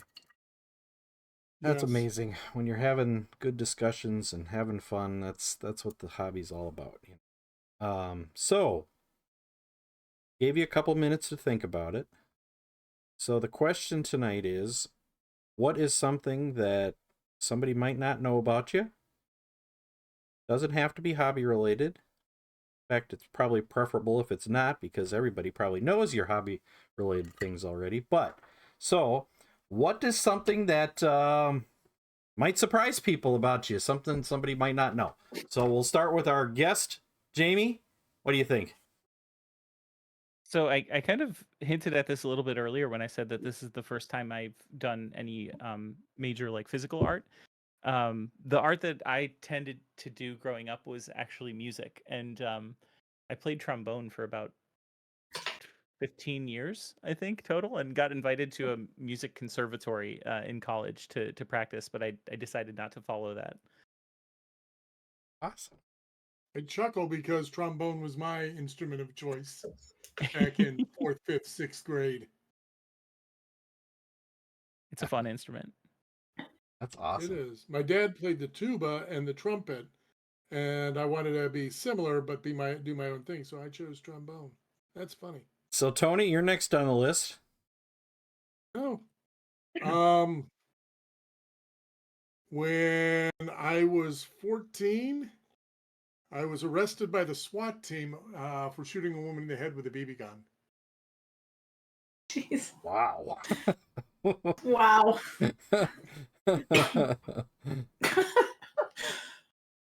I feel like there's more to this story. Well, there's a lot to that story, a lot more than you want to unpack right here. We can discuss it on my stream tomorrow if you want. Oh yes, yes we shall. I feel Well, like that means Chris. you've got to show up, Blades. There it is, the mod that never shows up. Here we go again. That's it.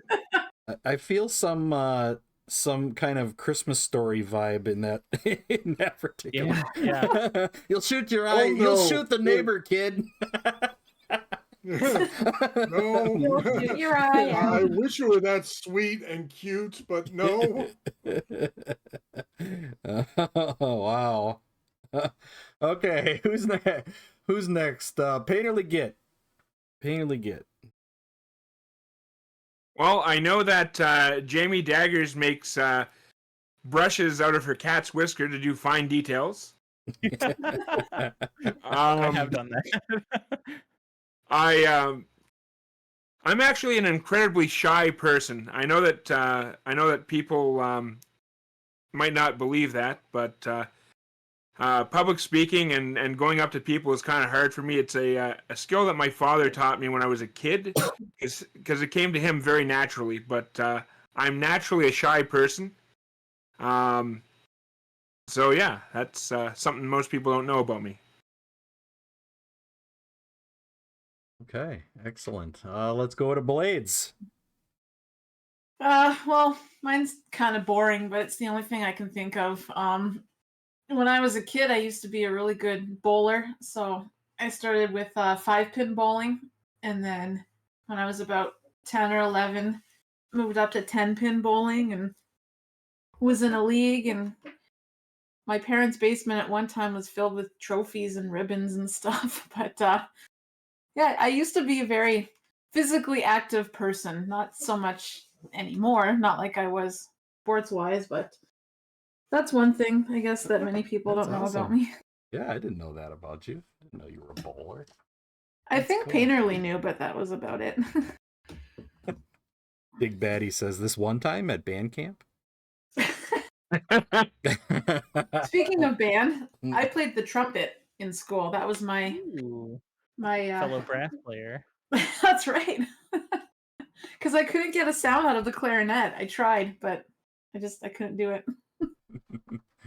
All right. Let's see. We'll go on to Jim. I think some folks that watch the stream often enough might have heard this, but a lot of people, they'll come up to you and say, "Oh, you must have been dreaming of being an artist your whole life since you were a kid. You must have dreamt to be an artist." Actually, my dream was to play center field for the White Sox. That's what I wanted to do. And actually, when I was about 16, I wanted to be in the Summer Olympics for target shooting. And when I was at summer camp for 4 weeks, I spent the entire 4 weeks at the rifle range, just 8 hours a day from the time it would open up to the time it closed, just kind of training to somehow find my way into the Summer Olympics. Actually, I want to do the Winter Olympics too. It was for biathlon, so that's where you're combining cross country skiing and target shooting. Oh yeah. My sister was a biathlete. She almost made it to the Olympics, and then she got run off the track by someone. Ooh, Yikes! competitive. It was one of her teammates. Oh my goodness. My second choice was that I used to do Civil War reenacting, in case people had already heard about the dream of doing the baseball thing and doing the Olympics thing. That was the other thing I actually did do. I was part of the 6th Illinois Light Artillery Battery G unit. Amazingly, that does not surprise me at all. Mm-mm. I don't know why. It just seems so you. They actually have a school bus where they cut the back of it off so that they can just push the guns up in there using a ramp and then push them out. And for the Gettysburg movie, they actually provided guns to a bunch of the Confederate units because they're like the biggest outfit in the country.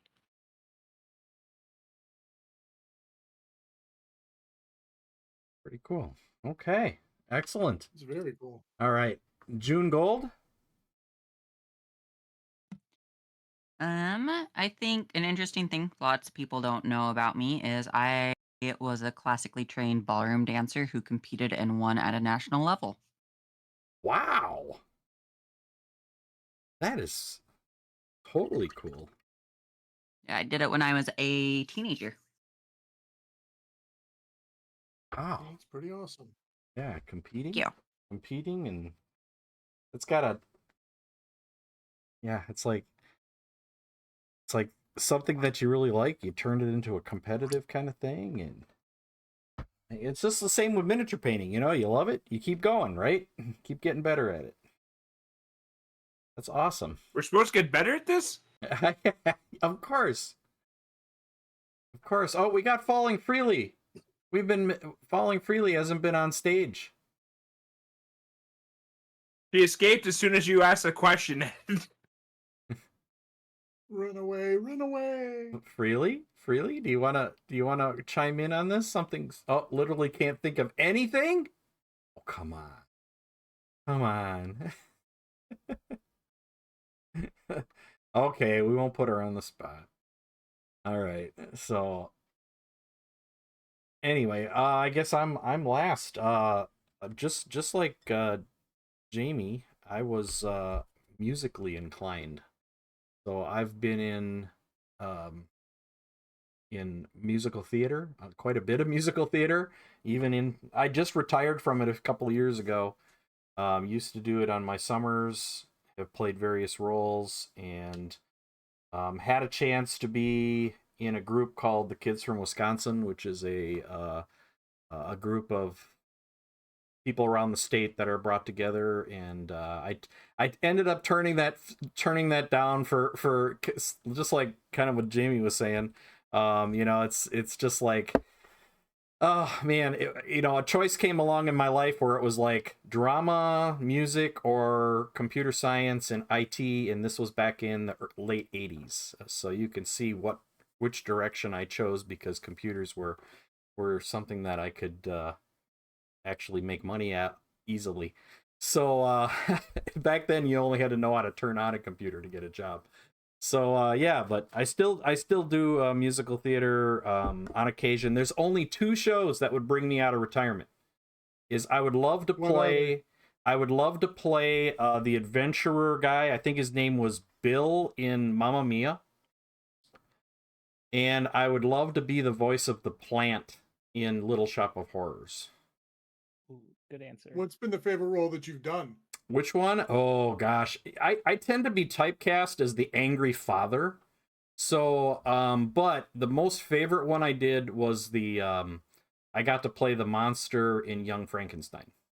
So the Mel Brooks version of the musical version of the Mel Brooks movie Young Frankenstein, and I got to be the monster and wear the platform shoes and get painted green for every show, and that was a lot of fun. Although it really didn't use my voice talents too much, except for these guttural noises and things. But yeah, the putting on the Ritz song and there's some speaking parts at the end, but it was a lot of fun. But I got cast a lot as the angry father. So I was the father in Footloose. I was the father in Mary Poppins. I was the father in Meet Me in St. Louis. I think there's probably one more in there that I'm forgetting. But yeah, so angry fathers seem to be my thing. But it was it's a lot of fun, and you know, I encourage everybody to get involved in community theater, even if you're a behind the scenes person or whatever. Get involved in community theater if you have the time, because it's a great way to meet people and get out there, get out of your comfort zone a little bit. Definitely helps with speaking. That's speaking in public, that's for sure. So Falling Freely says, if anyone has a specific question I could try to answer. Wait, is that your special ability? Wait. Falling Freely hasn't chimed in about the 4-color challenge. Do you want to jump on the stage and tell us what you if you've tried this before, Freely?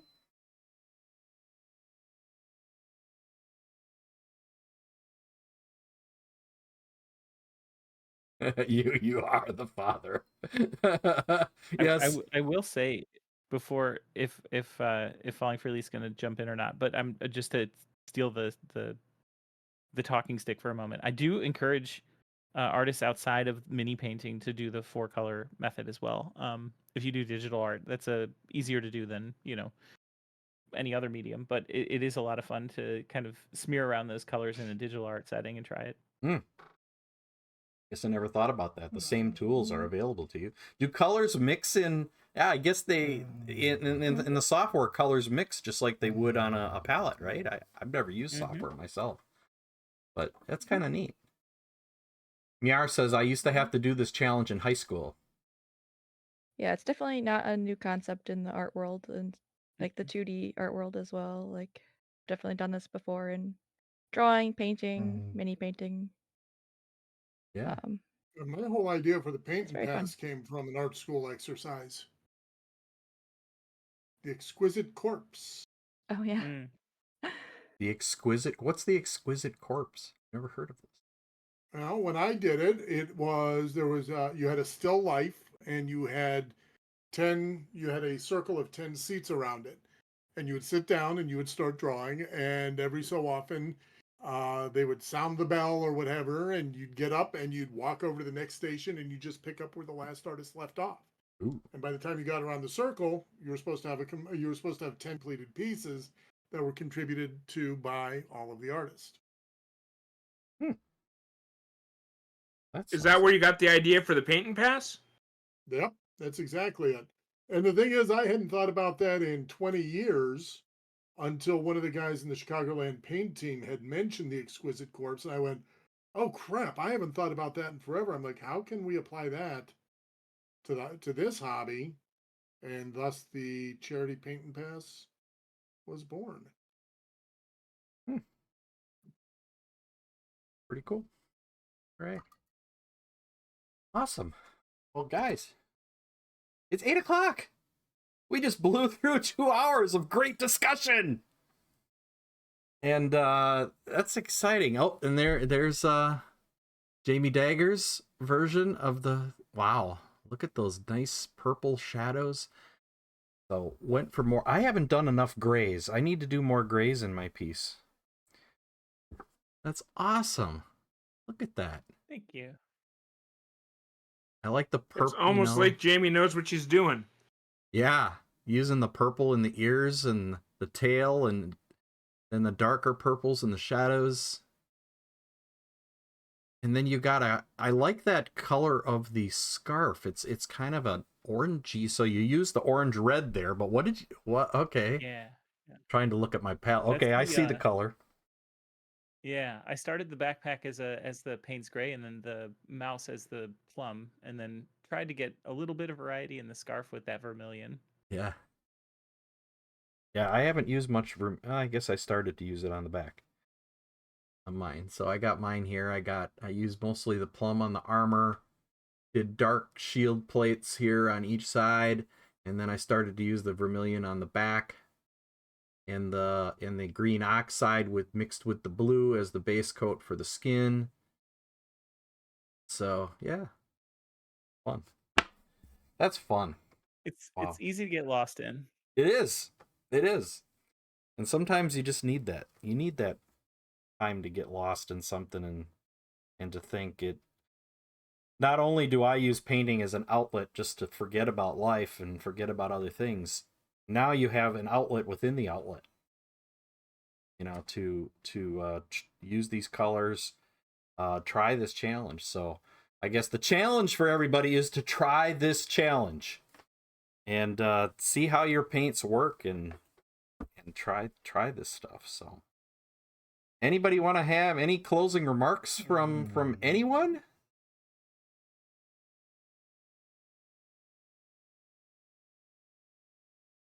Bueller? Anyone? Right. Hope everybody has a great Christmas. Yes. Yeah, you too. Merry Christmas to everyone. I hope you find some time to get some hobbying done. Maybe, I know I'm off this whole next week. I'm hoping to get some hobbying done myself. I know I think Miar has a question in chat. Oh, Miar. Where? I do. You ever have a chance to build a marijuana plant from green stuff? Would you do it? Wait. If you ever have a chance to build a marijuana plant from green stuff world, do it. I think that's his statement. Okay, he's just a statement. Okay. I want a tiny tree that won't break my back. All right. We have a Visit the Chronicler rating in to the Monster Den, but I appreciate everybody coming. I want to thank all of our special guests, Jamie Daggers. Thank you. Yay, Jamie. Yay. Thank you guys. And Thanks for inviting me. Thank you for coming up to coming up with the 4-color challenge and sharing that with us here. And we're just finishing up. Everybody joining in on the raid here. We're just finishing up with our Council of Miniature Painters tonight, where Jamie Daggers taught us about the 4-color painting challenge, and we'll continue to talk about that here for the rest of my stream. And we determined that trying to do the council for 4 hours was just too much, so we're doing 2. It was a lot to talk about for 4 hours, so we cut it down to 2. But yeah, and we're going to continue to do this every third Sunday of each month and have various guests. So Jamie, you're more than welcome to come back, especially when you release your game, and you know, please come back and tell us a lot more about that as you develop more on it. So that'd be really exciting to learn about. And special thanks to the rest of the marvelous masters of miniature painting. We've got Painterly Git, Blades 81, Falling Freely, Tony Monologues, and of course James Wapple. Thank you all, and June Gold, another special guest here tonight. And thank you all so much for coming and hanging out with us. This is a great learning opportunity. I love that this is catching on, and we're having more and more guests talking about more and more subjects. So thanks again, everyone. One last thing. Oh, I'm sorry. sure, That's okay. absolutely, If absolutely. you guys do try the 4-color challenge and you post it on any of your socials, tag either me and or June Gold, and there's the hashtag Daggers4colors. Daggers the number 4 colors. Daggers, the number 4, and colors. If you're posting on your social media, excellent. I will do that when I am done with this alien here. So. Oh, sorry, it's not plural. It's Daggers4color. Color. Daggers4color. That way we can add you to the slideshow that we show off on my stream. All right. Thank you again, everyone, for joining us for the Council of Miniature Painters every third Sunday. I don't even know what day of the week it is. We're going to be doing this. So thank you all again. Jamie, it's been a pleasure. Thank you so much. Thanks again for having me. All right. Cheers, everyone. Thank you.